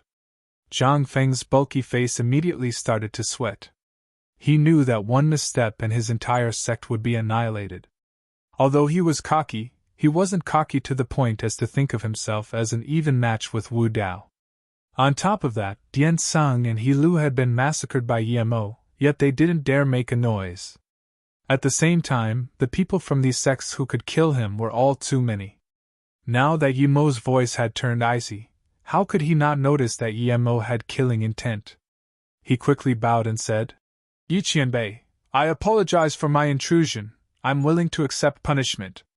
It's not only my sect that went to investigate Luo Yu, tens of other sects went as well, and there are still people there. I'm willing to provide Qianbei with intelligence as to which sects are investigating your business, and will gladly compensate for Qianbei's losses. Yimo flicked the needle in his hand. Zhang Feng didn't even have time to react before he felt the pain in his chest. He quickly knew that the needle had gone inside his body. Brother Mo, this person who stole your wife is yours to deal with now. Yimo looked at Mo Kong and Xiaoro, who were dumbfounded. Mo Kong knew Yimo was powerful. Otherwise, he wouldn't have been able to subjugate Zhang Ju and Xia Ziwei. But he didn't expect Yimo to be powerful to this extent. Zhang Feng was a top 3 master in Hong martial sect, but he couldn't so much as defend himself against Yimo. Xiaoro was also at a loss. She didn't expect Mo Kong to be capable of meeting such a powerful friend. She made Zhang Feng bring her here, planning on not living another day, yet reality far exceeded her expectations. Not only would they both be able to continue living, they could do whatever they wanted to Zhang Feng. This brother Yi was too absurd. Xiaoro had been imprisoned, so she didn't know about Yimo's rampage in the hidden sections. But Zhang Ju and Xia Ziwei were completely shocked. Who was Yimo? He was the currently most discussed person in the hidden sections. All hidden sect members training in the mortal world must avoid Yimo, had become as if a written rule of the hidden sections. This legendary being didn't originate from the hidden sections. He was just an abandoned son not that long ago, yet today, they had seen and fought with this legendary person. No, to be exact, they had just been kicked away. Beams flashed across Xia Ziwei's eyes. Firstly, she felt surprised that the famous Yimo was so young, and secondly, she felt that this was how life should be. Justin, I am Yimo. Could make a top dog like Zhang Feng be so scared? Suddenly, Xia Ziwei no longer felt any hatred for Yimo. She wouldn't have the balls to demand revenge from Yimo even if she had 100 of them. His madness was much talked about in the hidden sections. It was rumored that he's already a great heaven master, so no one dared to irritate him. Xia Ziwei looked at Mo Kong thinking this guy sure was lucky. He was acquainted to Yimo, who not only cured his illness but also helped him catch Zhang Feng. Zhang Feng, I wanted to kill you many years ago, but I couldn't beat you. You took my wife and obstructed me for decades. I know that I could never be a match for you in my entire life and that you must be unwilling to die like this, but I have a good brother. I will kill you personally today to get revenge for taking my wife. Veins were popping out of Mo Kang's forehead. Zhang Feng's wore a lifeless expression. He couldn't use a single bit of inner qi. He didn't expect he'd have to live the hero life and die here, by the hands of someone who had never learned ancient martial arts. He remained unwilling, yet couldn't do anything. Yi Qianbei, we wish to work under you. The two black-level guys guarding Xiaoro understood that things were over. If they didn't pick the right timing, perhaps after Zhang Feng's death, they would be next. Yemo sneered. Oh? If you want to live, then pay the price. The younger man nodded. I'm willing to kill Zhang Feng as a sign of my loyalty. The other man quickly agreed as well. Yemo sneered but didn't disagree. The two hurried before Mo Kong and pulled out a sword each. Zhang Feng not only died due to Mo Kong, but even due to his own two men. After seeing them kill Zhang Feng, Yemo still didn't say anything, so they rushed in front of Zhang Ju and also killed him. Then, they knelt before Yemo, waiting for his judgment. Such disloyal men. Yemo sneered. He wouldn't need these people's help. They could betray Zhang Feng, then they could betray him. But he could leave them to do things for him as long as they were under his control. Mo Kong didn't cultivate ancient martial arts and wasn't that fast. By the time he reacted, those two had already killed Zhang Feng and Zhang Quebec. Xiaoro pulled back Mo Kong, who was about to go rampant, and shook her head. Although he imprisoned me, he didn't mistreat me too much. Don't harass his body. Okay. Mo Kong listened to Xiaoro's every word. Xiaoro uttered weakly.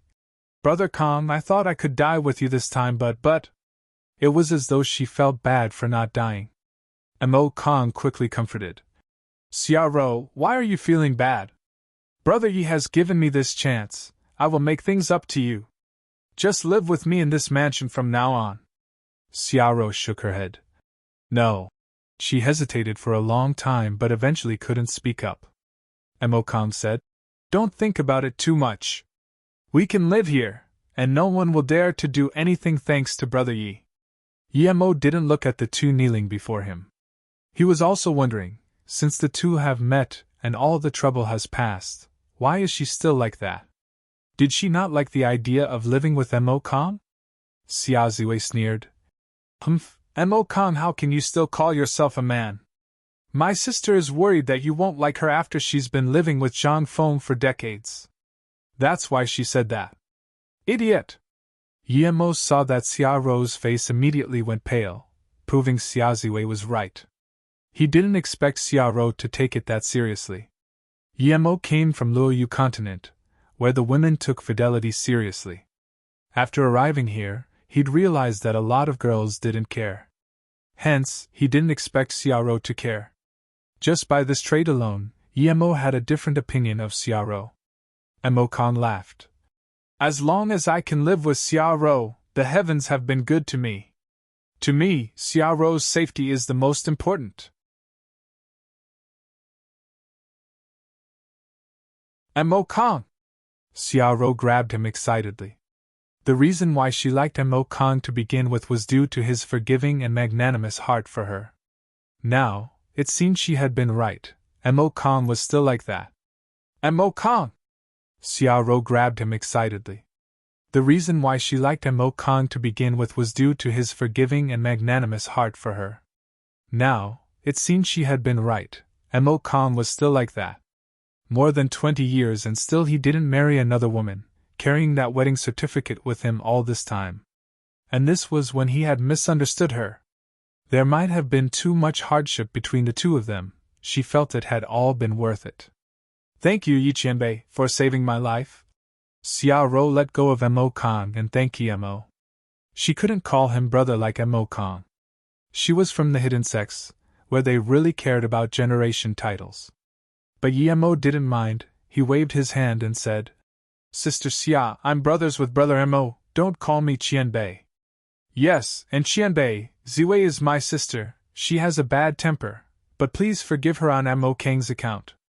Although she agreed, Xiaoro still didn't dare call Mo brother. After all, this person was a great heaven-level master. Mo took out a few normal treatment pills and handed them to Mo Kong, telling him to use it on Xia Ziwei. He wouldn't give something as strong as a lotus life pill to Xiaoziwei.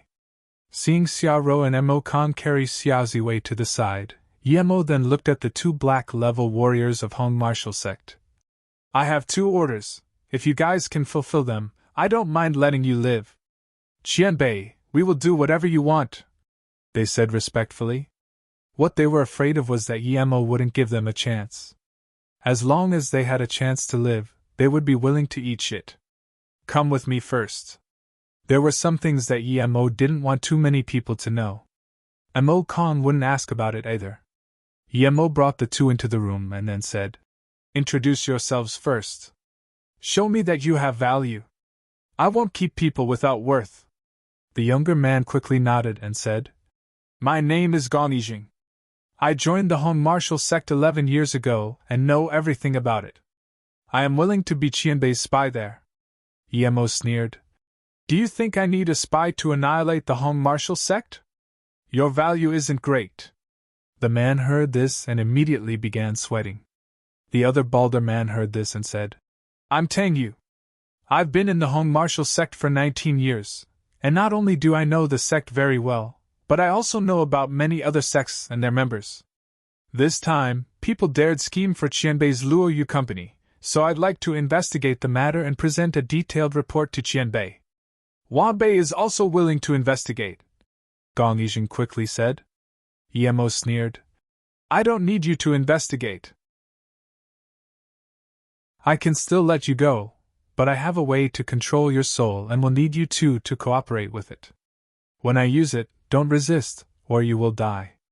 After I take a part of your soul, you won't be able to betray me in your life. If you do, I merely have to shatter your soul card, and no matter how far away you may be, you will still die. Hearing Yemo's words, they were both shocked. They didn't expect Yemo to let them off easily, but they didn't expect this to happen. Can a person's soul really be controlled? Or even have a part taken away? They had been cultivating ancient martial arts for this long yet had never heard of such thing. This was too absurd. Seeing the two freeze on the spot, Yemo said in derision, Since you don't agree, then never mind. I don't want to waste energy to take your soul anyway. It did indeed use a lot of his spirit power to take the soul, and the success rate was quite low. Furthermore, you need the victim to fully cooperate with you, but even then, there is only a 50-50 success rate. If it fails, then the victim will die.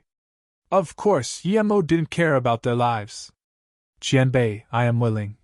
Gong Yijing was the first to react and said. Tang Yu saw this and also quickly responded. Qianbei, I'm also willing. Okay, in that case, relax and don't think about anything.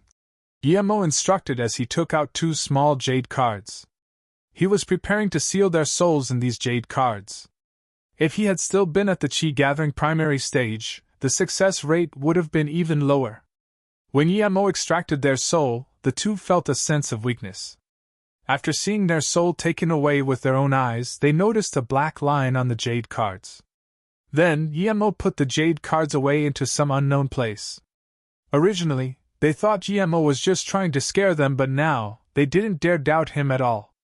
They both had a deep feeling that if only Yemo shattered the jade card, they would die immediately.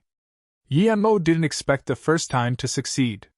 Usually, cultivators use this against mortals, and it was very hard to succeed on cultivators unless the difference in their cultivation was really high. Qianbei, please give your orders. The two were both anxious and didn't dare to think about anything else. This was too metaphysical for them to understand anyway. Yemo nodded and said, Tell me everything you know about the hidden sects and write it out.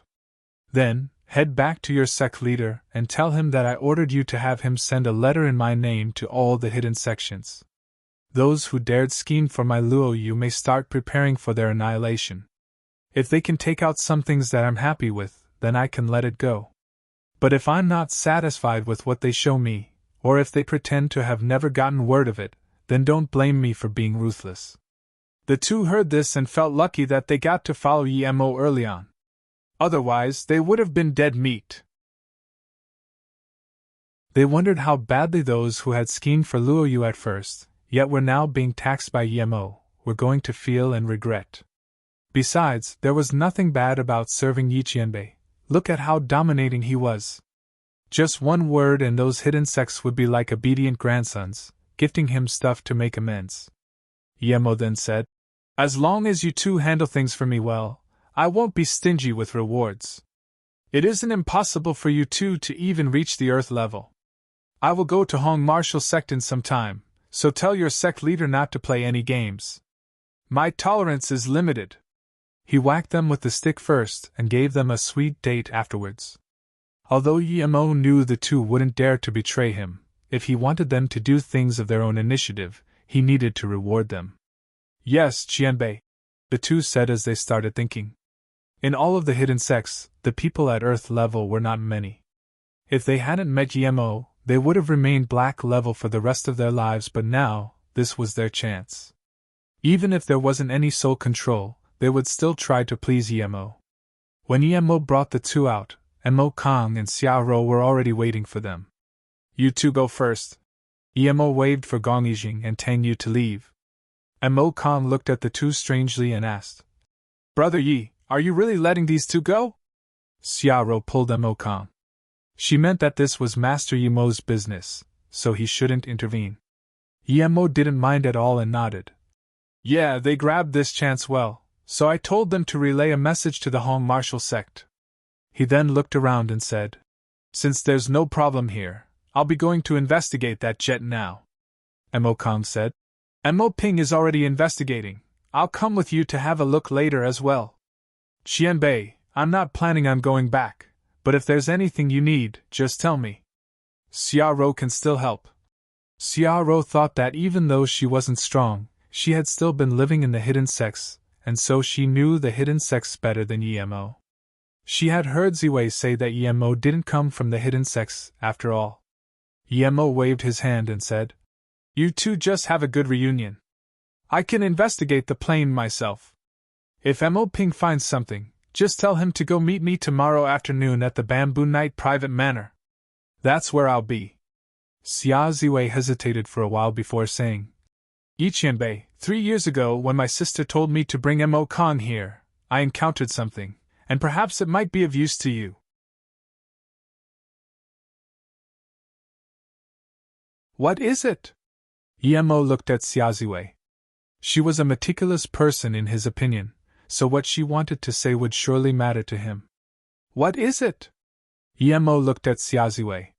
She was a meticulous person in his opinion, so what she wanted to say would surely matter to him. Xia Ziwei organized her thoughts and recounted. 3 years ago, I was sending Mo Kong back, and because it was far away, Mo Kong called a helicopter over. When we neared the fishing island next to Hong Kong, I saw a civilian jet being a bit shaky as it almost fell into the ocean. But soon it seemed under control again, hence I didn't mind it much. But 2 days later, I saw on the Hong Kong news that a plane flying from Australia to Korea had gone missing. At the time, I guessed it was probably that plane I had seen, but I didn't really care about it then. Now when I heard Mo Kong say that a plane from Hong Kong to San Francisco had also gone missing, it made me wonder, could it be because of the same people? Xia Ziwei was also very curious. Yemo's wife had actually been on the missing plane. Also, Yemo had married a mortal woman. She wondered what this girl would be like. She could even make someone like Yemo, famous among all the hidden sects, fall in love with her. Hearing Xia Ziwei's words, Yemo frowned. These two events might actually be linked. "Do you remember anything else from that time?" Yemo asked. Xia Ziwei shook her head. "Not really." Yemo knew that for someone from the hidden sects, even if World War III were to break out, they wouldn't care about it, much less about some plane going missing. Yemo spoke to Mo Kong. "Brother Mo, I'm going to investigate it. If Mo Ping has some news for me, then tell me, if not, never mind." Watching as Yemo left, Xiao Rou sighed. If Mo Kong hadn't known a magical person like Yemo, they would have been over today. She knew all too well what Zhang Feng would have done. "That Yemo is really that strong?" Xiao Rou subconsciously muttered. Xia Ziwei replied, "He isn't merely strong, I was just casually kicked twice, but the rumors say that he can kill Earth levels like chickens." I also heard about the Hilu sect which tried to rob him of his blood coral. That not only did Yemo kill everyone who participated, those who sought revenge on the Beijing Yi family also all died. Out of the fear that Yemo would try to get revenge on them, they even sealed their sect. Mo Kong nodded and continued. At that time, Brother Yi came to this place and cured me of my disease. I already knew back then that Brother Yi was a person of significance. And now, he has indeed become a dragon. Just seeing Zhang Feng, this bastard, acting like a coward in front of him made me feel good. For the first time, Xia Ziwei agreed to Mo Kang's words. She said, His Luo Yu is very incredible too. I heard of the effects of the beauty pill. You can tell by the pill he gave out today that he's a pill master.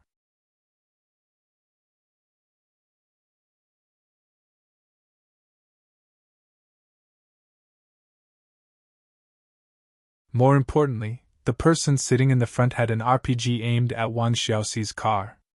These people were crazy. They actually dared use rocket launchers in civilian places. Shoot it quick, the HQ is gone already. There were 3 men in the car. The one talking was the middle-aged man sitting in the back, also speaking in Japanese. Yes. R-. This man just spoke one word before sinking down. At this moment, the two realized that there was one extra person in the car. No one had seen when he'd gotten in. Who are you? When did you get in?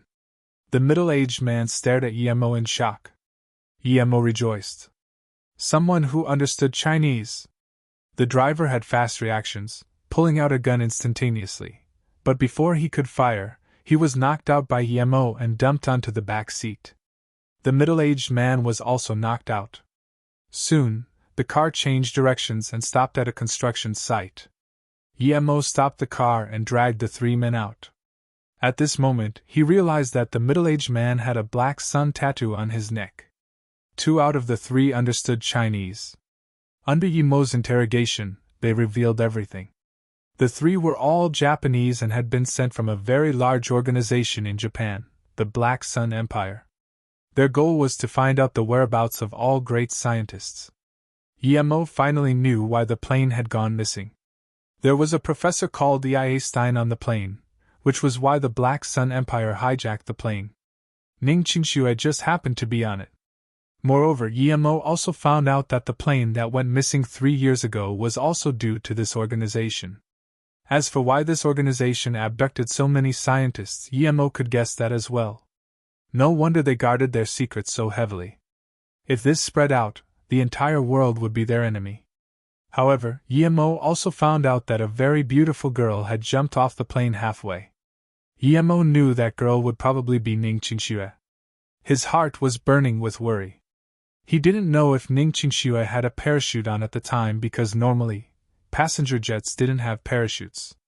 However, the one Yemo captured obviously didn't know if the plane had one either. Seeing that he couldn't get anything more out of them, Yemo turned them all to dust. As for abducting the scientists, Yemo wouldn't care. Even if they took all the scientists in the world hostage, it had nothing to do with him. But how dare they abduct Ning Qingxue? Yemo had listed the Black Sun Empire in his must-destroy list. Yemo just hoped that Ning Qingxue had had a parachute. But even if she did, the passenger jet had been flying very high, so her chances of survival weren't huge, but this was better than nothing. Yemo was no longer in the mood to investigate. He had to find Ning Qingxue immediately. Yemo got to Western Sand as fast as he could and found Wang Xiaoxi standing at the door in distress. The 2 men were already dead, they had probably committed suicide by now. But now, their death wasn't important anymore to Yemo. Yiqianbei. Wang Xiaoxi was full of guilt. Yemo waved his hand. You did very well. You can come with your gang leader when the meeting starts. Wang Xiaoxi was shocked by this huge fortunate event, yet Yemo had already walked in. Gang leader. Wang Xiaoxi looked at the man behind him in excitement. When Yemo came over, he had his head even lower. They had screwed things up. Only when Wang Xiaoxi called him gang leader did he came back to his senses, grabbing Wang Xiaoxi's hands in excitement as he said, Chiosi, it's all thanks to you this time. Don't worry, this time Yiqianbei will reward us. I will definitely treat you well. You did great. When Yemo walked into the main hall, he noticed that Jiao Bianni was here. Jiao Bianni had kept constant notice of this place, so as soon as Yemo had appeared, he had gotten the news. Yiqianbei, why did you come early?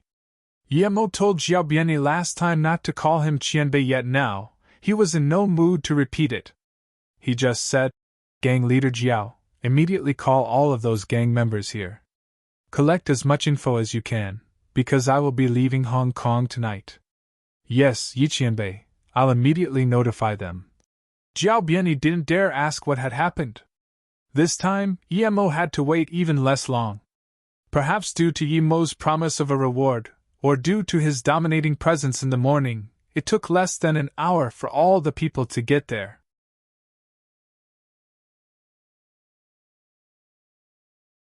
Yemo scanned everyone present and said plainly, Thanks to the help of the Ocean Gang, I found some useful information. Therefore, I'll be leaving this place today. If some people have already found something useful, please speak up immediately. If not, then I will be counting on you guys the next time I need help. Yemo scanned everyone present and said plainly, Thanks to the help of the Ocean Gang, I found some useful information. Therefore, I'll be leaving this place today. If some people have already found something useful, please speak up immediately. If not, then I will be counting on you guys the next time I need help. As soon as Yemo finished speaking, almost everyone looked at the big brother of the Ocean Gang full of envy.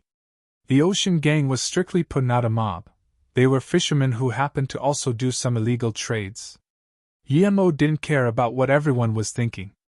He took out a jade bottle and said, This is a chi increasing pill. Whoever is the Ocean Gang's leader, come up and take it. You can eat it right here. However, Wang Xiaoxi helped me out a lot this time, so I hope you will treat him well. Yes, Yi Qianbei. I, Lu Si, will remember Qianbei's words. While having everyone's jealous eyes directed at him, Lu Si walked up to Yemo in excitement. He bowed first and then shakily took the bottle. As soon as he ate this pill, he would reach yellow level. Lu Si took the bottle to one corner of the hall, decisively consuming it. Even if Yemo hadn't told him to eat it here, he wouldn't have dared take it outside. If he did, he would be killed instantaneously. Yemo had allowed him to eat it here clearly because he had taken that into consideration. Looking at the way Lu Si ate it, Yemo knew that the guy must not have a cultivation method. He sighed. Without a cultivation method, eating this pill was no different from eating rice, a waste of food. He wouldn't even be able to absorb the pill without a cultivation method. How could he turn the pill's power into his own? Yemo walked over and patted Lu Si on the head, helping him digest the power. When all the pill's potency had turned into inner chi, he went back up. Yi Qianbei, I also found out some things. These are my results, please have a look, Qianbei. A woman walked up this time. Yemo knew this woman. When he came here last time, other than Jiao Bianni, this woman was the first to subdue to him. Yemo remembered she was called Su Huahua and had the nickname of Black Widow. This time too she was wearing black clothes. Since she was able to procure some results in such a short time, it meant that this woman wasn't simple. Furthermore, she was one out of the mere 3 yellow levels present, yellow level peak at that, having the highest cultivation out of the 3. She probably had her own story, but Yemo didn't care about it. Yemo took the data from her and gave it a look. If it turned out to be worthless, he wouldn't be giving up his chi increasing pill that easily. Yemo saw that there was actually a lot of info. This woman was meticulous indeed. This was precisely what he needed. What she had found out was that the model of the plane was a US MM-871, and the info even described its max speed and altitude. This model had an escape cockpit which could be opened and came with a parachute. Yemo felt relieved. This was what he wanted indeed. But this wasn't even all. She had gotten a hold of the names of almost all the passengers on board. Ning Qingshuo's name was among it. Other than this, It also noted that there had been at least 4 people who worked for Yuanbei Corporation on the plane. Their goal had been to abduct Ning Qingxue and take her to America. The mastermind behind this was the young CEO of the corporation, Yuan Qibing. Slap! Yemo slapped on the round table. The solid granite table had a huge crater smashed into it. The scene was quiet, no one dared make a sound. Yuan Qibing, you're asking for an early death yourself, so don't blame me, Yemo said to himself. From Su Yuehua's investigation, it seemed that even if nothing had happened to Ning Qingxue on the plane, she would have been abducted by Yuan Qibing. Yemo looked at Su Yuehua. You did very well, being able to find so much useful intel in a mere few hours. If you had had more time, perhaps you would have found out even more. Thank you for your compliment, Qianbei. This is simply what Wanbei should do. Su Yuehua quickly stood up. Yemo nodded. Su Yuehua wasn't old.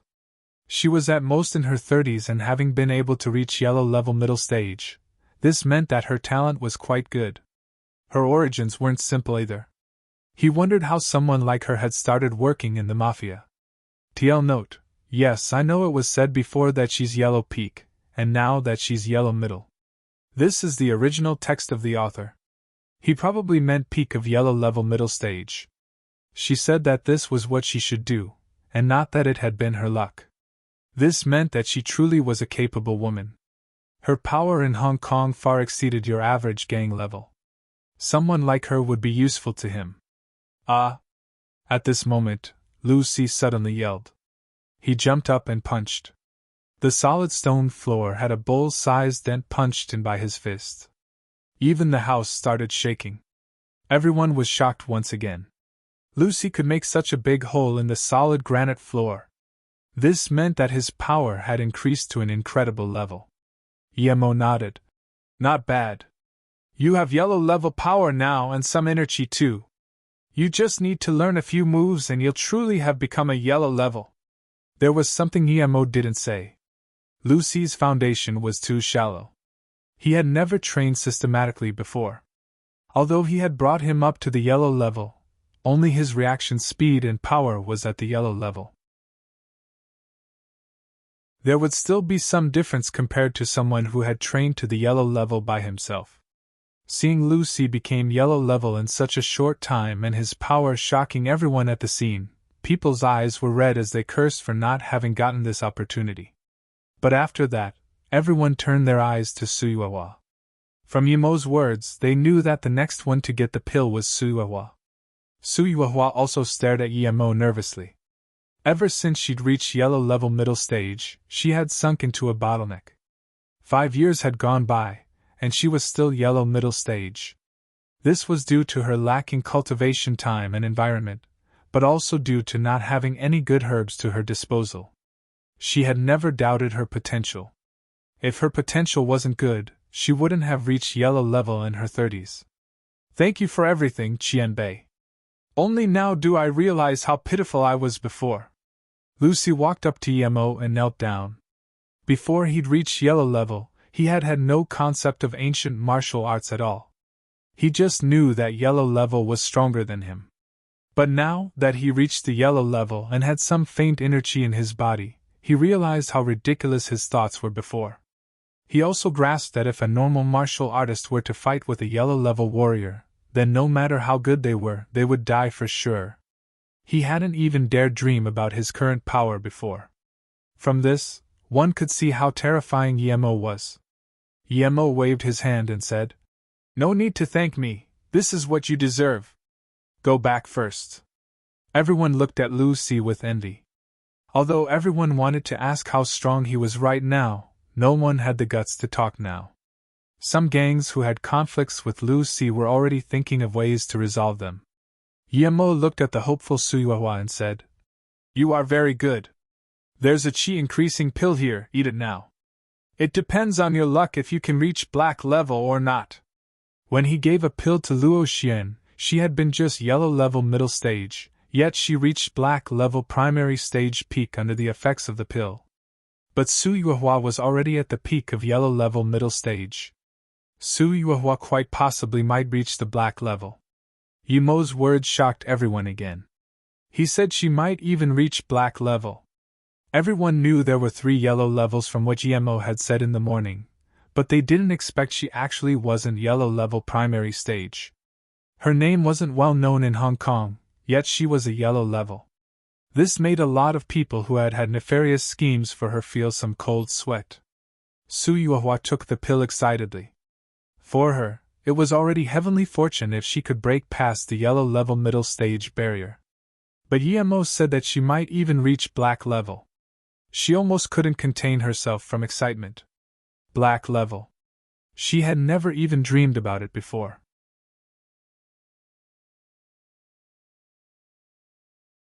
Seeing Su Yu consume the pill and digest it, Yimo nodded. Su Yuehua did have her own cultivation method.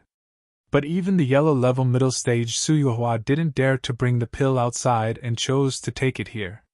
Seeing Su Yu consume the pill and digest it, Yimo nodded. Su Yuehua did have her own cultivation method.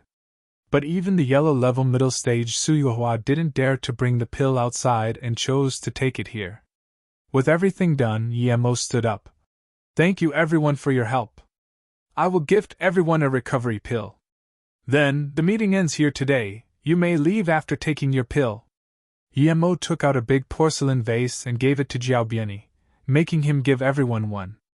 This pill wasn't very precious but could treat wounds much better than normal medicine. Although only 2 people got the qi increasing pill, everyone was happy that they got the recovery pill. Even if Yimo hadn't given anything, no one would have dared to go against his orders. Seeing that everyone had left, Yimo took out a normal ancient martial arts cultivation method for Jiao Bianyi and said, You've helped a lot this time, here is an ancient martial arts cultivation method. What degree you reach will depend on your own fortune. If Yimo had taken out something else, he might have been polite and tried to reject it, but an ancient martial arts cultivation method? This was something even the great families of China might not have. How could he reject that? Although it was useless to Yimo, it was worth more than millions to Jiao Bianyi. Jiao Bianyi took it excitedly and swore loyalty to Yimo. Yimo waved his hand. He didn't even take Jiao Bianyi's words to heart. Jiao Bianyi was afraid because he could kill him in an instant. If his power were weaker than his, Jiao Bianyi might just kill him immediately. The reason he gave everyone a pill and Jiao Bianyi a cultivation method was because he might need their help in the future. He couldn't just come when he needed help and leave when he didn't. If things were to continue like that, then even if they didn't dare to not come, they would do things half-heartedly.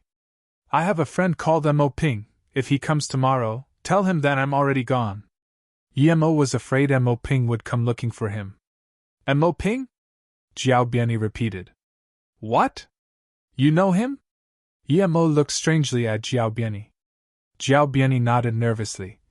If it's the Mo Ping of the half-mountain mansion, I know of him, but I don't know him personally.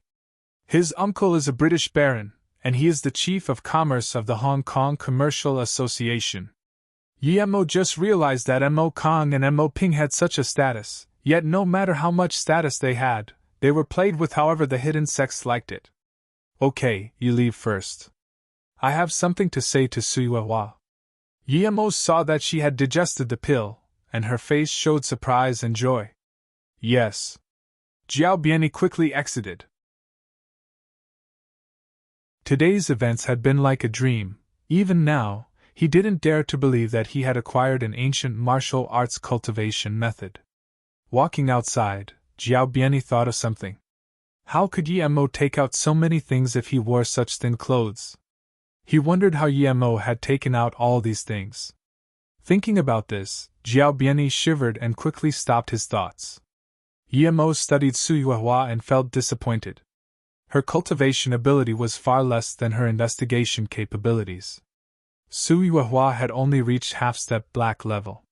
Still, she couldn't be blamed. This was due to her potential and cultivation method. Luo Xian came from the inner hidden sections. Her cultivation method must be the top of the top. Also, not everyone could become a core member of the inner hidden sects like her, so since she could, it meant her talent was first grade. If it wasn't due to Ningqing Xue, Yimo wouldn't take out the precious qi increasing pill. Although those little more than 10 pills were useless to him, he still had a lot of people working for him. Suyuhua walked in front of Yemo with joy, bowed and said, "Thank you for your pill, Qianbei. I didn't expect to benefit so much." Compared to Yemo's thoughts, she was very satisfied. Not only had she reached the tertiary stage of the yellow level, she went past the peak stage and reached half-step black level. Yemo nodded and said, "Although you didn't reach black level now, you can in a few years of hard work. Suyuhua, you're a smart person. Do you know why I made you stay behind?" Suyuhua wasn't ugly, but she wouldn't be so arrogant as to think Yemo wanted her here for her looks. "Qianbei, please make your orders. Although my power in Hong Kong is average, I have my ways." Suyuhua immediately understood what Yemo meant. Yemo nodded in approval. "Your abilities are undoubtedly there. If possible, I want you to keep investigating this matter for me. And if you want, you may go to Flowing Snake. I have something that I need someone like you to do. However, the moment you go to Flowing Snake, you belong to me.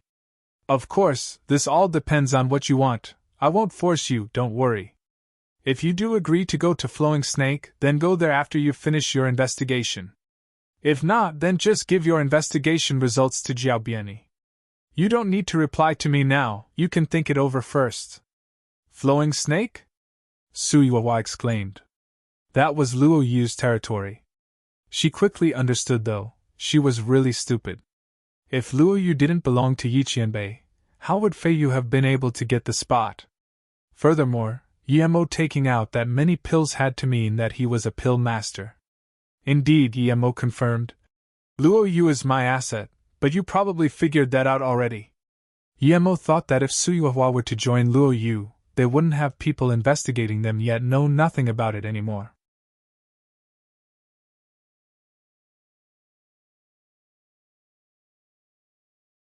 They too had gone to Yemo's meeting today, all of them interested in the qi-increasing pill. They too had gone to Yemo's meeting today, all of them interested in the qi-increasing pill. If it was just some average thingy, then they would fear Yemo's power and not dare take any risks. But the qi-increasing pill had sent them into a frenzy. Even an idiot like Lu Si who had no cultivation method could get a pill. How could elite people like them not get one? One could imagine that if the four of them got the qi-increasing pill and all became yellow level, with there being a possibility of Fu Eugene reaching black level, they would then be able to dominate the world. But the problem was, Yemo's name was too great, and so was his power that they witnessed. They didn't know whether they should make a move or not. "Big brother, Yemo is only by himself, and you're yellow level. If we ambush him, there's a high chance that we will succeed," Fu Yin said. He really wanted to reach yellow level and go explore that ancient tomb again. The third brother shook his head. "Second brother, big brother is right to hesitate. We saw for ourselves today, although he's a little weaker than us, that Li Baoya was not bad, yet Yemo killed him so easily. And that fireball is very strange too." Fu Eugene nodded. "Third brother is right. If Yemo was really that easy to attack, that old fox Jiaobiani wouldn't be so easy to talk to. His subordinate Pingyang is no worse than me, why doesn't he attack then? Pingyang fought with Yemo last time, and he was no match for him at all. Furthermore, do you think Earth Fiend is that easy to annihilate? I don't need to explain to you the terror of Earth Fiend, yet they were actually annihilated by Yemo. He's too horrific. If the pill was in anyone else's hands, I would charge up without a doubt. But this Yemo, he's too strong." Fu Eugene shook his head. The fat brother stood up now. He was the fourth brother, and the most cunning one out of the four. The reason they could have their current status today was heavily related to his work. Fu Yuhai shook his head. "Let's not talk about who is right or wrong. The use of the qi-increasing pill is too great for us. If we have it, then even if we go against the legendary hidden sects, we still might not have to be afraid. And this thing isn't something we can buy with money." Fu Eugene looked strangely at Fu Yuhai and asked, "You're saying we should attack?" Fu Yuhai nodded. "I support attacking. The only reason why we are where we are now is because we obtained that ancient martial arts cultivation method. What would we become if we got the qi-increasing pill on top of it? But fourth brother, don't you know Yi Mo's power? Not only did he annihilate Earth Fiend, Nanqing and Meadow River were defeated by his hands all the same. Fu Yusan frowned. Fu Yihai sneered. Of course we will attack, but the key is how we are going to attack. If he's really that powerful, Nanqing would be long dead and not remain the local overlord of Sinai. Also, Earth Fiend was indeed strong, but that was in terms of assassination. They were assassins. Even a normal assassin would be able to assassinate a yellow level. Yemo is strong, I never said he wasn't. His fireball has the capability to kill, sure, but why does he use it? To make us fear. If he really were strong to the point of killing us just by raising his hand, would he need us to fear him? Plus, Fu Yuhai scanned his brothers and said, I suspect that fireball of his is related to some high-tech tricks. Big brother, let me ask you, if you had such a fire weapon, could you slap and burn Lu Baoya to death? This, of course I could. Fu Yuhai answered subconsciously. Fu Yuhai nodded. That's right. I think that Yemo should be about black level. We know how hard that is to reach. The book said that if you are talented, you can reach black level in 50 years. How old is Yemo? So, we'll definitely treat him as a genius. But he's at most black level nonetheless. But fourth brother, I heard that Taoist Xian of Meadow River also died by his hands. Taoist Xian was black level. Fu Yusan commented. Fu Yihai said confidently, let's not talk about whether Taoist Xiao was black level or not. Even if he was, can't Yemo have ambushed him? That's why, if we want to kill Yemo, we can't fight him head on. We're no match for him. We need special means to kill in one strike.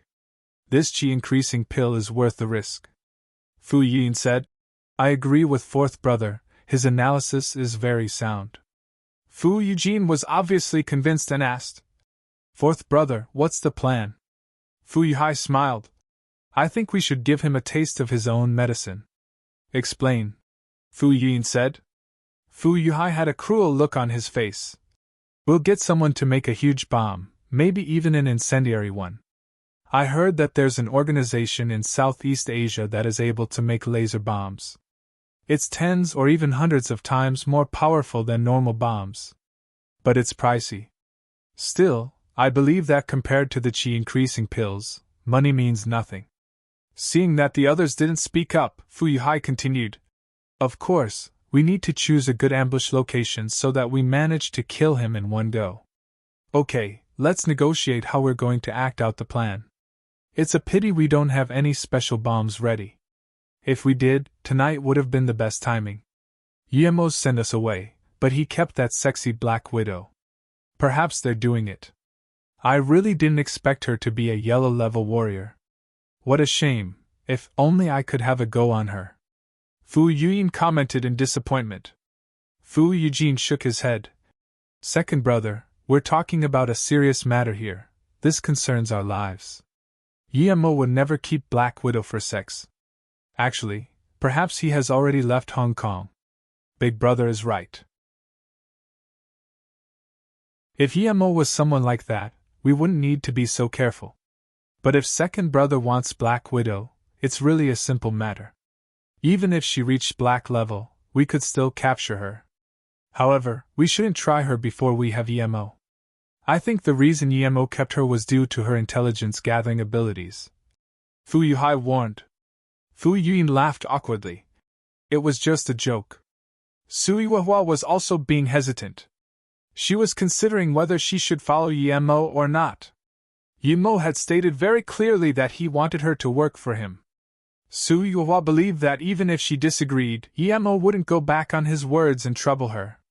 But she had her own hardships too. No one knew that she actually originated from an annihilated hidden family.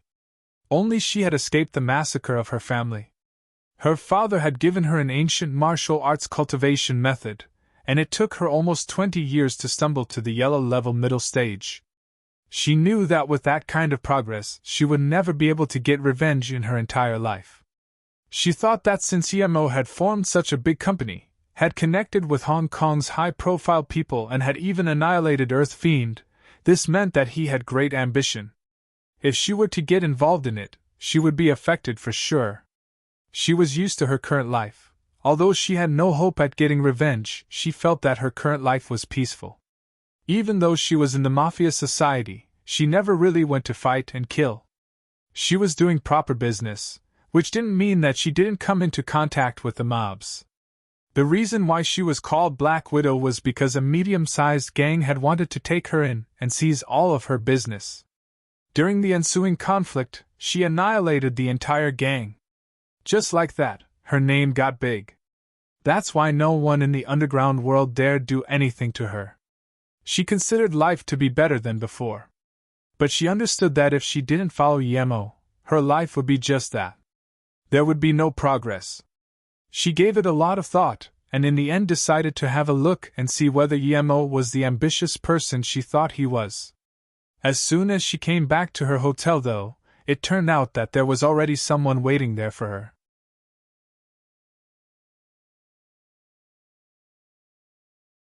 "Do you have some business with me?" Su Yuhua noticed that the person who was waiting for her was Lu Si, the gang leader of the Ocean Gang. Such a minor gang wasn't worthy of Su Yuhua's consideration, though. "Do you have some business with me?" Su Yuhua noticed that the person who was waiting for her was Lu Si, the gang leader of the Ocean Gang. Such a minor gang wasn't worthy of Su Yuhua's consideration, though. Lu Si knew his own status and knew that he amounted to nothing in her eyes. Seeing Su Yuhua, he stood up and said respectfully, "Big Sister Su, I came to serve you." Su Yuhua looked at Lu Si confusedly.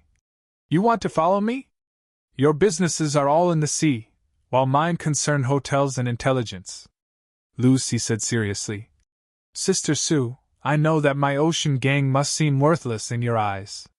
I was lucky that Yiqianbei gave me a chi increasing pill. I reached the yellow level all thanks to this pill. And after reaching the yellow level, I came to realize how lowly I had been before." Su Yuhua seemed to have understood where he was going with this. She sat down and told Lu Si to sit down first too. After sitting down, Lu Si continued, "I know fully well that my meager abilities are worth nothing to Yiqianbei, but it's different for Sister Su. Yiqianbei wants to keep Sister Su due to Sister Su's capabilities. So I think if I follow Sister Su, then if Sister Su follows Yiqianbei, I can benefit a little too." Su Yuhua started looking at Lu Si properly for the first time. No wonder her father had told her to never underestimate anyone. Lu Si didn't have great fame and was just a small boss in the Hong Kong mob world, yet he could see that far ahead, imagining why Yiqianbei would keep her. He wanted to progress higher, which meant following Yemo. But he knew that Yemo didn't need him, so he came to her instead. This person was quite cunning. Although the Ocean Gang was a small gang, it was still a fat piece of meat. Also, he had managed to survive in between all those big gangs, which proved that he wasn't that simple. "You're very smart," Su Yuhua applauded. She finally comprehended that she wasn't the only smart person around. She had still been thinking about whether or not to join Yemo, yet some people were already trying all they could in order to follow Yemo. "Thank you for your compliment, Sister Su, but I don't dare to be called smart in front of Sister Su.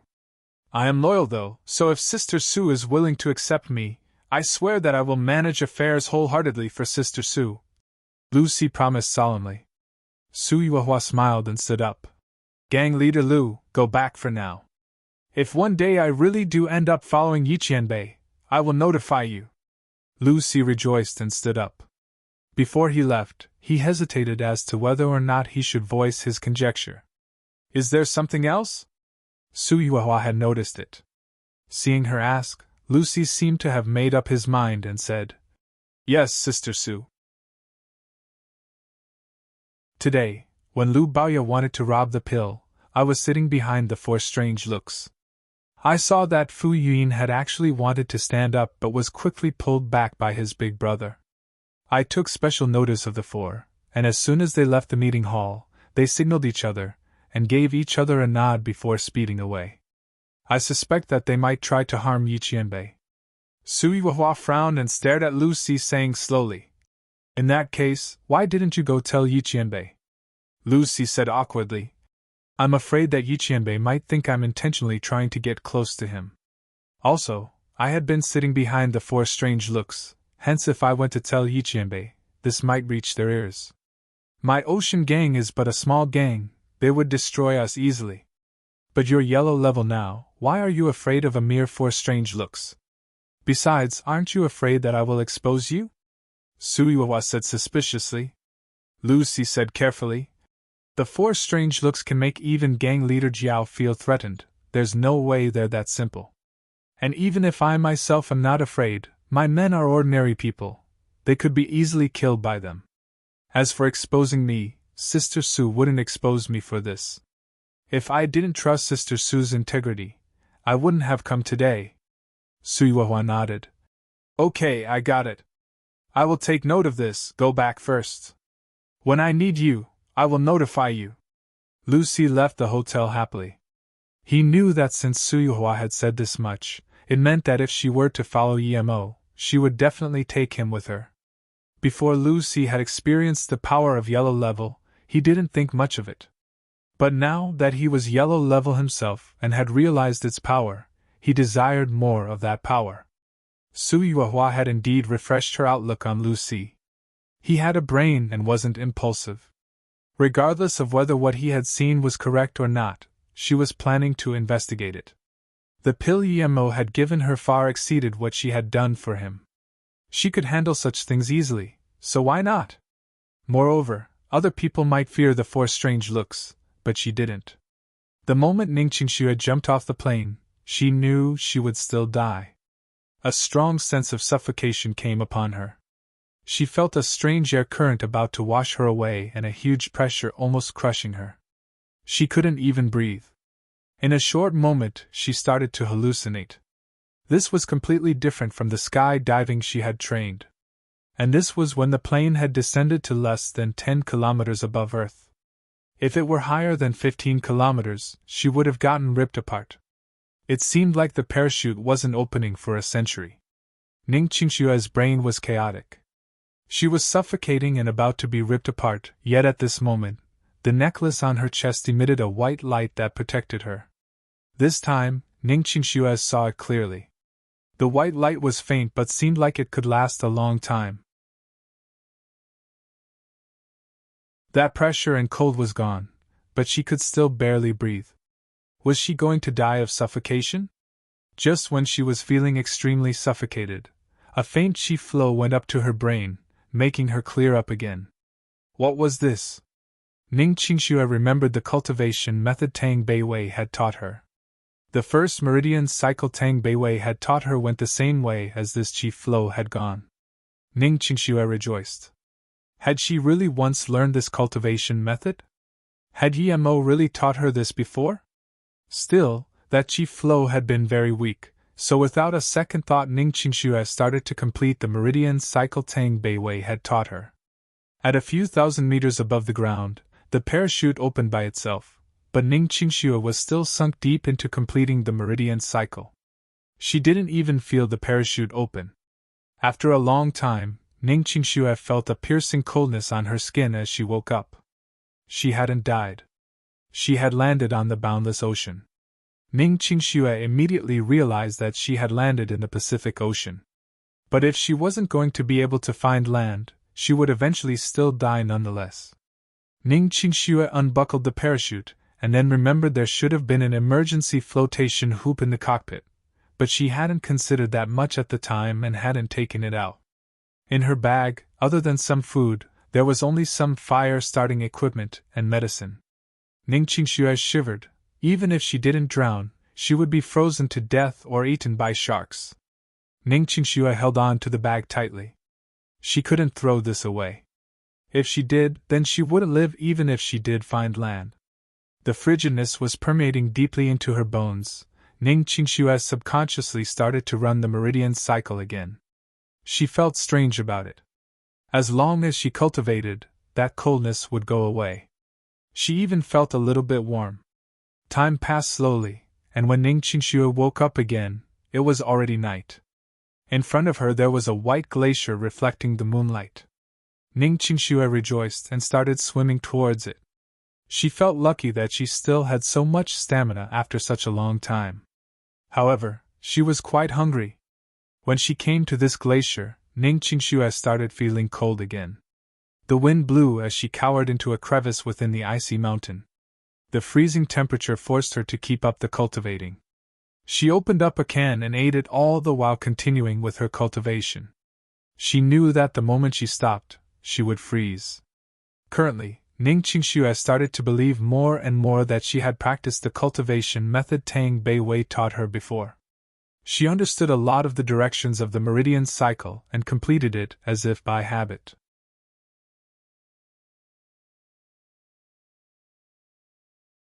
By the time Ning Qingxue woke up again, the sun was already up. Ning Qingxue found that the clothes on her body had already dried, however, her necklace's light seemed dull. By the time Ning Qingxue woke up again, the sun was already up. Ning Qingxue found that the clothes on her body had already dried, however, her necklace's light seemed dull. Ning Qingxue took it out and looked at it worriedly. When she saw the protection of the necklace, she felt an emotional attachment to it. It was like her friend, sacrificing its lustrous appearance to protect her. Was it really just as Mumei had said, the last time? Had this necklace also protected her in danger? Did the necklace turn dull last time as well? And as time went by, it recovered its sheen? Putting the necklace down, Ning Qingxue investigated the situation her own body was in. There seemed to be some extra power in her dantian. She could use the power inside of it however she liked. Was this the qi Tang Bei Wei had spoken of? Or the qi of ancient martial arts? Master Wu Guang had said that in order to cultivate qi, even a talented ancient martial arts practitioner had to spend at least 5 years or more. Normal people needed 10 years. And some would never be able to get it in their entire lives. She'd only cultivated for 20 or so hours and gotten inner qi. Suddenly, Ning Qingxue's face changed. She remembered something else that Master Wu Guang had said. If she really had had such power, then in 1 year's time, she should have been able to use her power to envelop her memories before she died.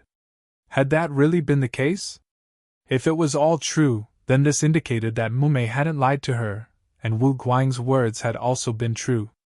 That would mean that she really had fallen in love with Emo. How could this be? How could she fall in love with Emo? Who was Emo? She had already investigated him, some rich second-generation kid that was a trash to society. She believed that no matter what, they would have never been together. Wait, hadn't she ignored something? According to Mumei, Emo had changed a lot. When Emo came to U-State to find her, he really did seem different from the Emo she knew. Other than still being obsessed with her, everything else was different. That day, he had said that he was going to help her recover her memories, yet she told him to leave, to piss off even. The reason she went as far as to use the words piss off was because she saw her mother kneel to him, and that had made her angry. His face had turned very pale at the time as he took out that pill he claimed to be a face-preserving pill, yet after she ate it, she still told him to leave. He even spat blood then. Her mom had been even worse of, saying that the spot Emo was standing in was her home, and she had made Emo leave through the window. Ning Qingxue suddenly imagined the desperation and pain Emo's heart had to have been in at the time. She had indeed felt the changes in her body after eating the pill. Had that face-preserving pill been for real? Didn't that mean that it was worth a fortune? She thought Emo had been bullshitting, yet after seeing the effects of the defensive necklace and the Luoyu beauty pill, she ended up doubting those thoughts. Beauty pill, face-preserving pill. Ning Qingxue suddenly came to realize that both pills were related to beauty. Didn't that suggest that the two pills were related? Concluding this, Ning Qingxue shivered. She understood now, considering how Fei Yu had gotten chosen and Xiao Yu's attitude towards her, as well as the mysterious big boss of Luoyu. If she still didn't deduce that Luoyu was related to Emo, she would simply be too stupid. If it weren't Emo's company, why would Luoyu have chosen her corporation? If Emo wasn't the big boss, why would someone as capable as Yu Miaodan have been so respectful to her? If not because she was Emo's wife, why would Yu Miaodan have been so rude to Yuan Qibing, going so far as to even target him. After all, Luo Yu was a new company. They couldn't just randomly offend Yuan Bei even if they really didn't want to cooperate with them. How come Yu Miaodan hadn't sent representatives to other companies but just to hers? So that's it, Ning Qingxue murmured. She had come to realize a lot of things. She guessed that what Yemo had told her was probably true. Ning Qingxue grabbed her hair. Although she believed these things now, she still couldn't believe that she'd fallen in love with Yemo. Ning Qingxue sighed and cast these thoughts aside as she walked out from the crevice and found a place to sit. She took out some things to eat before realizing she was short on water. If she couldn't find land as soon as possible, she would die all the same. But before she died, she wanted to know why she would fall in love with Yemo, and even preserve their memories when she had been moments from death. After a long while, she stood up dazedly. Countless thoughts flashed across her mind. She wondered how her parents were. They must be really worried. Ning Qingxue sat there for a whole morning. Then, Ning Qingxue decided that she needed to find land and couldn't just be wasting time here. The sun was covered by clouds with the temperature getting colder again. Ning Qingxue looked around. She figured that since she wanted to leave the glacier, she'd have to find a place to go on land. She really didn't like swimming in the ocean. In the far distance, Ning Qingxue actually saw a black shadow getting bigger and bigger. It was a ship. It really was a ship. Ning Qingxue's heart started thumping. This meant that there were people there, which in turn meant that she was saved. She stared at the ship as it held course towards her direction. She would scream for help as soon as the ship got near. It was getting closer, but one could see sails on top of the ship. It was already this era, and there were still ships with sails. Ning Qingxue felt it to be quite strange. As the ship neared, Ning Qingxue was about to wave with a towel when she saw the flag on the ship. It was an upside-down skull. Even in the middle of the day, Ning Qingxue could still feel the chills. There didn't seem to be even a single person on the ship, and Ning Qingxue quickly put her hand down. She was afraid to attract the ship. Luckily her eyes were good, or she wouldn't have been able to spot the skull flag. Ning Qingxue carefully hid in the crevice again and took out the gun from the bag. It was an MP5K4. The thing was, she only had 2 clips, one of which had been acquired from the runny-nosed guy. But that one was burned, so she wasn't even sure if she would be able to use it. Other than that, she had 4 fireball charms. Tang Beiwei had given them to her before she left. She was really grateful to Tang Beiwei now. If not for her, she would have died on the plane, and it wasn't certain whether her corpse might have been raped or not. Ning Qingxue carefully put the fireball charms on her, tied the dagger to her leg and held the gun in her hand, before staring at the ship that was sailing over. Ning Qingxue didn't have much nautical knowledge, but that skull flag definitely signified that those on board wouldn't be any virtuous people. She even suspected that it was a pirate ship, but she didn't seem to see anyone on it. In this day and age, who still use sails? This alone was already very eerie on itself. Ning Qingxue didn't like watching movies, but she had still seen those movie posters. If this ship was really a pirate ship, she would only be able to pray that they didn't see her. She would rather die alone on this glacier than be taken away by pirates. She had 2 clips, so no matter what, if she were to get caught by pirates, she wouldn't allow herself to be raped. Ning Qingxue got more and more worried as the ship neared her. She could see some things on the ship, which appeared to be a couple of huge anchors. But other than that and the flag, she didn't see anything. The skull flag looked scary, and Ning Qingxue felt goosebumps all over her. She stuck closely inside the crevice as she held the gun, not daring to move a bit.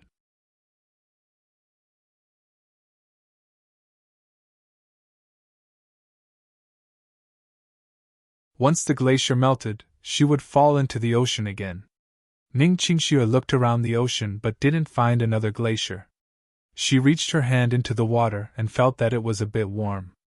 What was this? Ning Qingxue climbed to the top of the glacier and looked around. Suddenly, she saw a black figure far away. It was an island. Ning Qingxue jumped around excitedly. If it wasn't for the fact that she didn't like being around a lot of people originally and that she had a cultivation method at her disposal, she might have gone crazy staying on a glacier by herself for days on end. She fretted whether the glacier she was on would somehow float over to that island. She was afraid of getting in the water again and swimming over if it didn't. Luckily, Ning Qingxue saw after a while that her glacier was indeed floating towards the island. She rested easy. Even if she wouldn't be saved by people in the end, she would rather die on land than being engulfed by the ocean. She hated the salty seawater yet had to use it to wash herself every day. Ning Qingxue packed her things.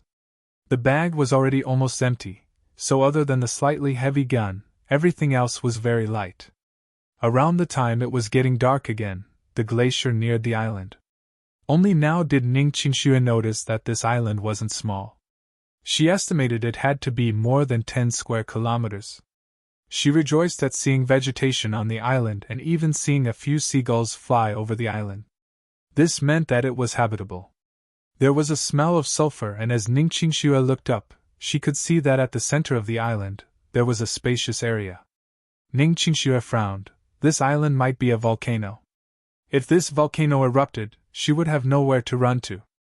But even if she knew this volcano could erupt, she would still go on it, because she had nowhere else to go now. When Ning Qingxue scanned around the island, she was dumbfounded. An eerie ship with sails had stopped by the island. Ning Qingxue didn't dare stand at the highest point of the glacier anymore. She quickly climbed down as the glacier was getting closer and closer to the ship. Ning Qingxue could see clearly that although the ship had stopped at the island, it hadn't thrown out its anchor. Ning Qingxue was sure that there was indeed no one on the ship, but she was still scared and prayed for the glacier not to get close to the ship. But the glacier still kept nearing the vessel, and with its current direction and speed, it would definitely crash into it. Should she jump into the water? Ning Qingxue hesitated. If there wasn't this eerie ship, she would. But with this ship around, she was all the more afraid of jumping into the water. After all, on the glacier she could still look around. Once she was in the water, however, who knew what could happen in there? A gust of wind blew and Ning Qingxue shivered. She suddenly came to realize that the glacier's course was being changed a little by the wind. This way, the glacier might not crash into the ship after all. Ning Qingxue felt a little relieved but still held onto the gun tightly, hiding on one side of the glacier. As the glacier brushed past the ship, Ning Qingxue subconsciously wanted to become aware of what was on the ship, and as soon as this thought rose up, the scene inside the ship was immediately projected inside her brain. Ning Qingxue was astonished. What was this? The moment she got startled, that image in her brain disappeared, but Ning Qingxue could clearly feel that there really was no one on the ship. Though in the largest room of the ship there was a table which even had meals on it. Ning Qingxue grew scared. She didn't understand how an image of the ship could have appeared inside her brain when she thought about it. Although Ning Qingxue was cultivating a Tao cultivation method, she still didn't know about spirit sense. She had mobilized her spirit sense just then and checked the inside of the ship, but had gotten so scared, not knowing how to use it, that she'd subconsciously retrieved it because of it. Ning Qingxue pondered, there is no one managing the ship, yet it didn't crash into any glaciers or corals and managed to sail to this small island. If this isn't eerie, then what is? As she thought this, Ning Qingxue didn't dare even move anymore. She felt her hands sweat from holding the gun. If she had a choice, she would never want to get on the island due to this eerie ship, but she didn't. Suddenly, Ning Qingxue felt goosebumps all over again, as if a bleak wind had blown from the crevice of the glacier towards her. Ning Qingxue could clearly feel that before the bleak wind could near her, it was blocked by the necklace and disappeared. There was a warm flow of energy coming from the necklace that flowed through her body and calmed her down. Ning Qingxue grabbed the necklace and murmured, "Did you save me again?" "Thank you."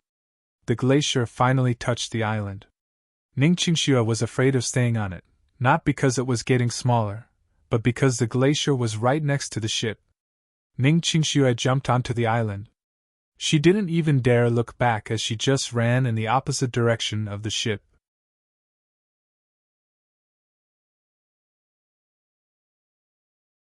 Emo had already gone along the original plane route twice. According to Suyuhua's news, the plane had gone halfway when it went missing, and this was right in the middle of the Pacific Ocean. Emo had already gone along the original plane route twice. According to Suyuhua's news, the plane had gone halfway when it went missing, and this was right in the middle of the Pacific Ocean. Emo had searched many times already around this region but hadn't found anything. Emo stood in the air above the Pacific Ocean. Although he was worried, there was nothing he could do. He hated that his power was too weak. It would be much easier to search if his spirit sense could scan tens of kilometers already. However, at the moment, he could only see around 400 meters with his spirit sense. But Emo knew that having spirit sense which could reach tens of kilometers would already imply being at the Foundation establishment, or even the Golden Core level. Although Emo wasn't going at full speed, he was still tired from staying in the air for that long. Luckily, this was deep in the Pacific and the US submarines couldn't detect him. Otherwise, there might have been more trouble. It looked like there were no more clues, but Emo wouldn't give up just like that. He had two options, either to go back to Hong Kong and think of alternatives or to keep looking. Emo thought of the two Japanese men he had caught and their Black Sun Empire. If they did hijack the plane, wouldn't they have flown towards Japan? Realizing this, Emo got excited and flew towards the north. Even though his chi was depleted, he could always just take out the inflatable raft if he needed to rest. Although the hijacked plane had gone north, Emo didn't think it would be in Japan. Otherwise, if they really had flown a hijacked plane so openly to Japan, they would be idiots. Emo was sure that, even if the direction was north, they wouldn't go near coastal countries since each one had their own self-defense systems. This meant they could only fly towards deserted regions, like the Bailin Ocean. Furthermore, the Bailin Ocean was shared territory among Russia and the US. Then the plane could be in some island in the Pacific or near Japan. It was another 2-hour journey and it was already 2 a.m. Emo dropped onto the raft tiredly. After eating a simple meal, Emo's chi started to recover. After another hour, although his chi was far from a fully recovering, it was much better than before. There were all sorts of strange noises in the sea at night, but they didn't bother Emo. He planned to keep searching during the day, after he was fully recovered. At that moment, he would have sworn to have heard the faint horn of an engine. It was probably a ship passing by. Emo packed away the raft. He wanted to see what kind of ship it was. When Emo approached it, he found out it was a normal fishing ship. But a fishing ship appearing in the middle of the Pacific at midnight was a bit eerie. A slightly larger wave could knock this ship over. Emo turned invisible and landed on the ship. He sent his spirit sense in. There were large amounts of search tools and even an advanced radar. What would a fishing ship be searching for? Suddenly, Emo focused. He saw the Black Sun symbol again. There were 4 people on the ship and they were all speaking Japanese. The 4 men had been probably searching for a long time but hadn't been able to find anything, and were returning now. Emo didn't disturb them. He knew that he wouldn't be able to ask them anything, nor could he search their souls. So, he could only follow them and see what their final destination was. The ship had 2 engines and went very fast. Emo realized this fishing ship was far more powerful than it looked. An hour later, the sky wasn't even bright yet when the ship stopped on an barren island. The island wasn't big, it was more like a rather large coral reef. The 4 men packed away the radar and docked the ship before entering the island. This island was only around 1 square kilometer. The 4 men got off and headed to the center. Emo followed them. He found out there was a wooden house in the center, and also a small pond not far away from it.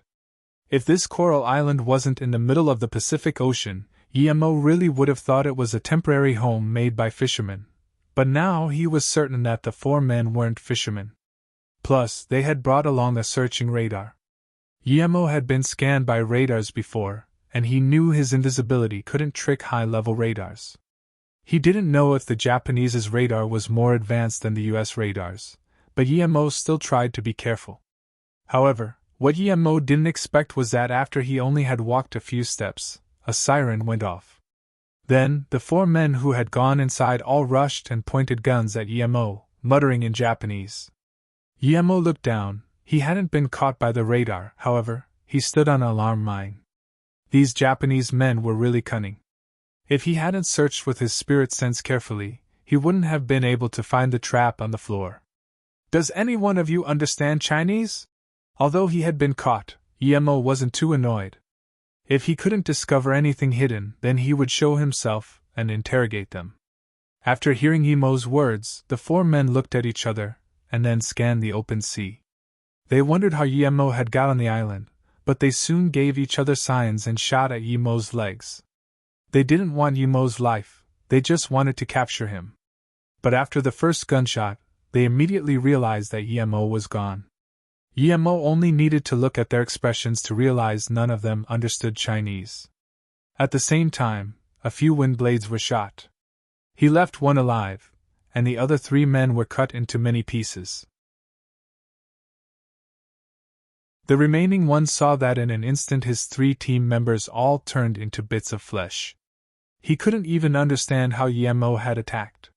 He took a few steps back subconsciously and uttered something. He could see that Emo only kept him alive to interrogate him. Emo had realized that he didn't understand Chinese and it would be hard to ask him anything. He would keep him alive in order to bring him to Hong Kong. The man saw Emo coming to him. He quickly took something and dumped it into his mouth. Emo stopped. He witnessed what the man had done. Was it some potential activation pill?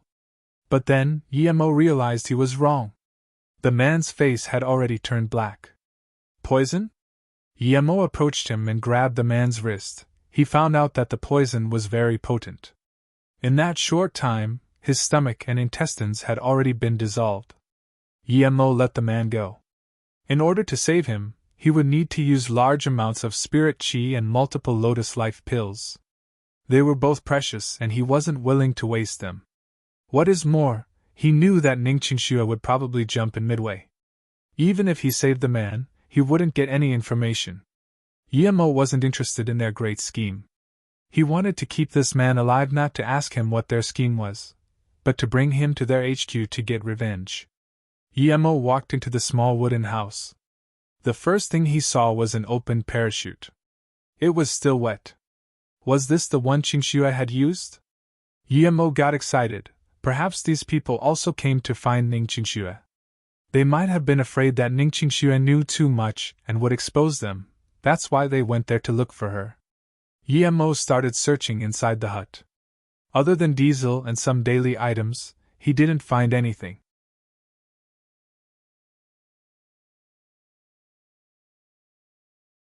Emo walked up to those men he had killed and searched their bodies. Emo found a diary. He opened it. There were multiple ocean maps in it. He could almost be sure that they were looking for Ning Qingxue. Emo walked up to those men he had killed and searched their bodies. Emo found a diary. He opened it. There were multiple ocean maps in it. He could almost be sure that they were looking for Ning Qingxue. Although Emo didn't understand the words on it, he still recognized the name Ning Qingxue. Emo found on the diary the location where the parachute was found. However, these were marked with longitude and latitude. He picked up the radar from the ground and realized he didn't know how to use it. He searched the entire Coral Island but didn't find anything about the Black Sun Empire. He could confirm 2 things so far. First, Ning Qingxue was safe when she jumped down, at least the parachute had opened. Second, Ning Qingxue hadn't been found by these people yet, which meant that she was still in the ocean. Although Emo hated the Black Sun Empire a lot, he knew his priorities. Even if he wanted to look for trouble with them, he had to find Ning Qingxue first.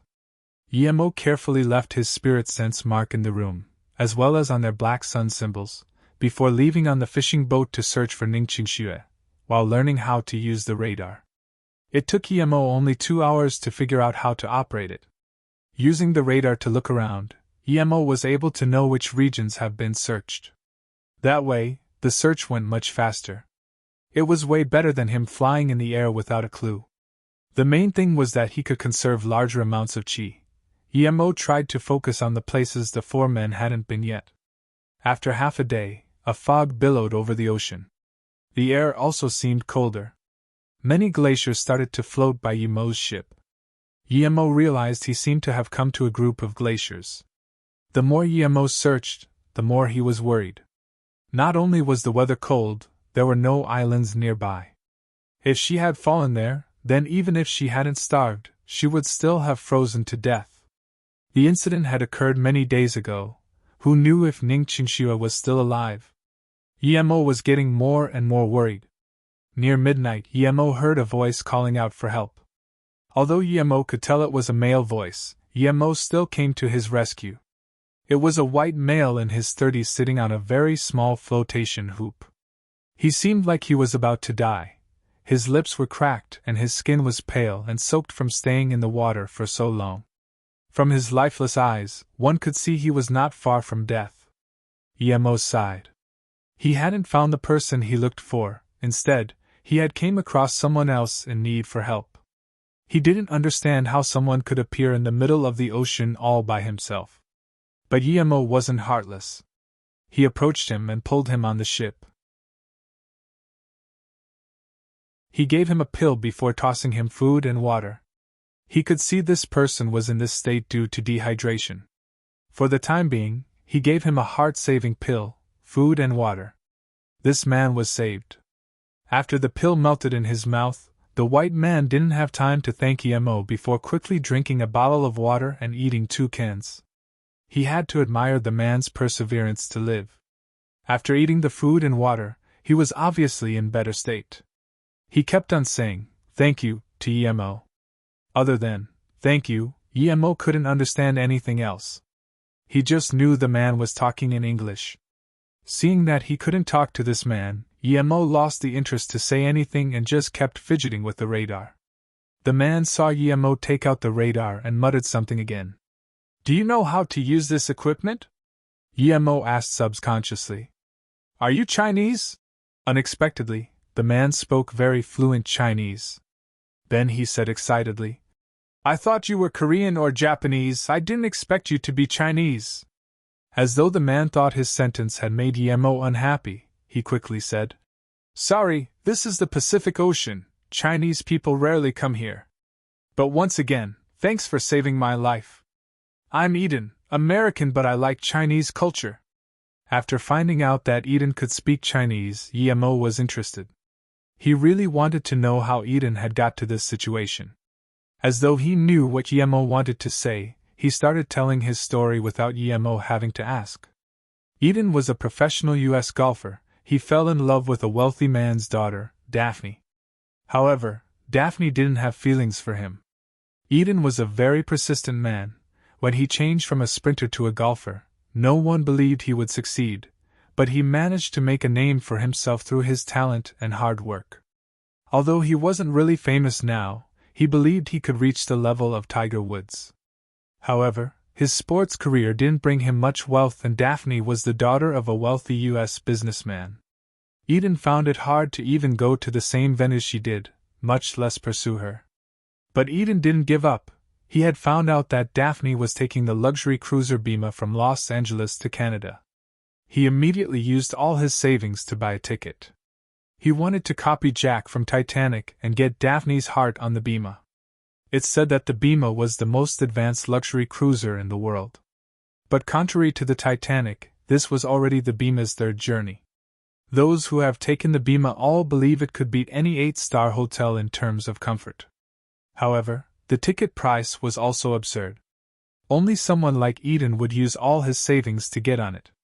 Originally, this cruiser was very safe, but on the 6th day after leaving from the US, for some reason, it suddenly changed direction. Its original route was very safe, but an incident had happened to the Bima. The US forces had detected an alien invasion in the Pacific. The aliens had even taken out a US submarine. Eventually, all the military power was drawn to the spot of the alien invasion, and no one cared about the Bima after it left its original route. When people aboard realized that they had been abducted, the ship had already gone significantly off its original course. The first thing that Eden did after knowing the ship was hijacked was to go protect Daphne. But at that moment, the ship was filled with terrorists. Not only did they disable the alarms, they also steered the cruiser deep into the ocean. The basic bunker Eden was at and the luxury bunker which Daphne was at were separated. Eden could only worry. The captain and many crew members were killed as well as those who resisted. Even those who looked a little bulky were killed. Not only did these people take the money, but also the women. Other than some old and ugly women who were killed, the younger ones were taken onto a ship with an upside-down skull on its flag. Eden managed to jump down into a flotation hook at first notice. Because there were too many passengers at the time, and he wasn't the only one who had jumped, the terrorists didn't have time to care about all of them, and so he escaped. After hearing Eden say this, Yemo sighed. He didn't expect to hear about pirates hijacking a luxury cruiser. The US brags about its military power all the time, but they let pirates capture a luxury cruiser at their doorstep while they were still trying to capture aliens.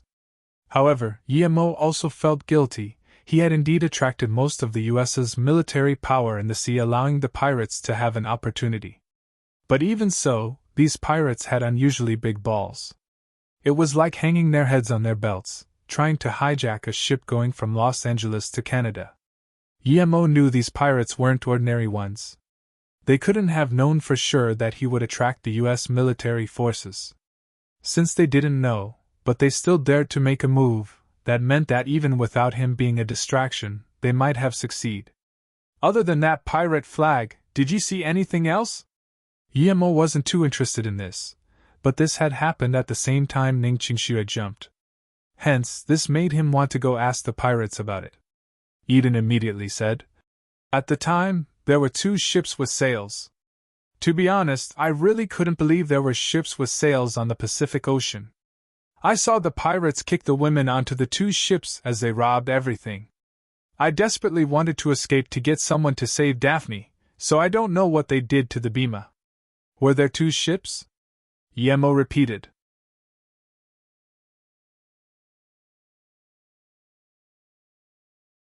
Because Yemo asked, Eden thought Yemo doubted his words and added reassuringly, "Yes, there were 2 ships with sails, and there was a huge upside-down skull at the head of the ship."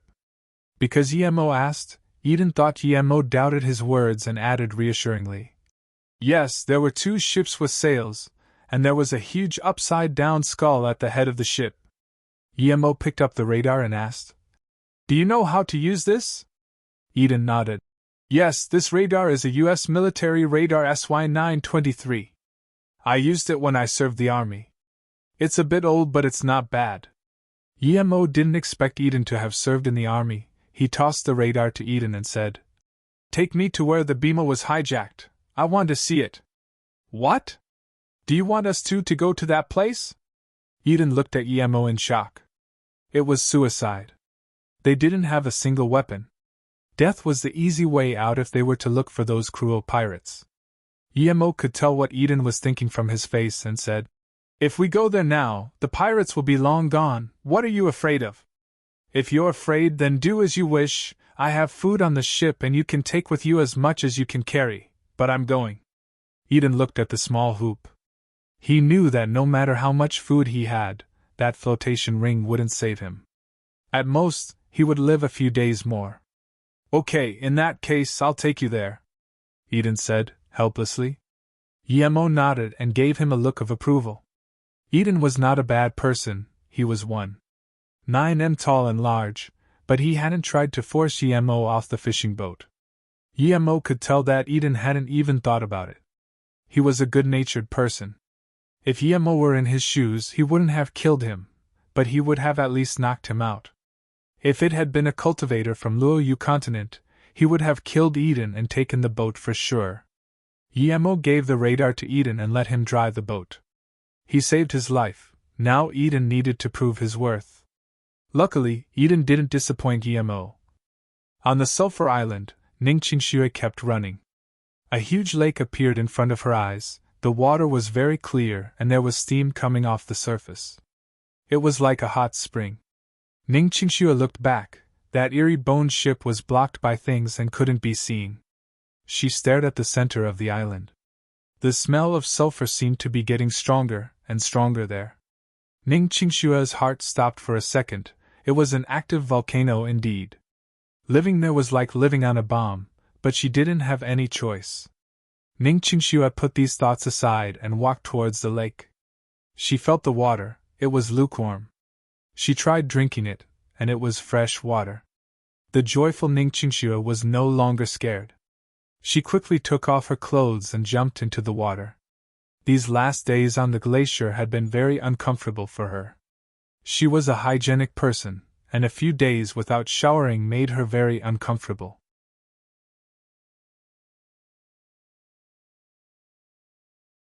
Clearly, these ferocious primitive people couldn't be compared with Friday. Ning Qingxue held her breath. She was thinking about where to go next. The island was at most 20 square kilometers more or less. If there were primitive tribes living there, would they eat her? The next thing that happened almost made Ning Qingxue scream. That primitive male said something to the female, but she shook her head. But then, the male helped the female on the ground and flipped up her fish-skin skirt. As the man did his business to the woman, Ning Qingxue immediately thought of the word, rape.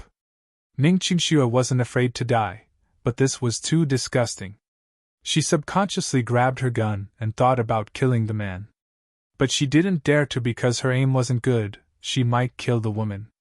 Also, she was afraid of attracting more of their kind. This conflicting thought only occurred for a moment. Soon Ning Qingxue realized the immaturity of her thinking. She realized that this wasn't rape. The woman who was under the man flipped over and sat on the man. Her actions were much more wild and ferocious than the man. Not only so, she kept moaning and screaming as well. Ning Qingxue quickly turned her face away and spat. Her face blushed. How shameless.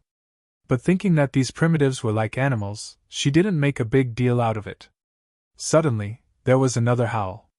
Ning Qingxue looked in the direction it came, and the two people separated. The one howling was another male. The primitive people that came later seemed to care a lot about these two doing things behind his back. Ning Qingxue could tell from his angry expression. The woman separated the two men who were about to fight and pointed at a hacked branch not far away. The two men stopped arguing and walked over to the branch to check. Ning Qingxue's heart stopped for a second. They were looking at the branch she had chopped up to cover her cave. One man kept touching the end bit of the branch, as though he suspected something. Suddenly, he stood up and looked over at where Ning Qingxue hid. Ning Qingxue's heart beat rapidly again. She clenched her gun tight. They were coming over. What to do? Should she open fire? You're tuning into the Phoenix Nights YouTube channel. Don't forget to subscribe and join us on this journey to catch the most captivating stories.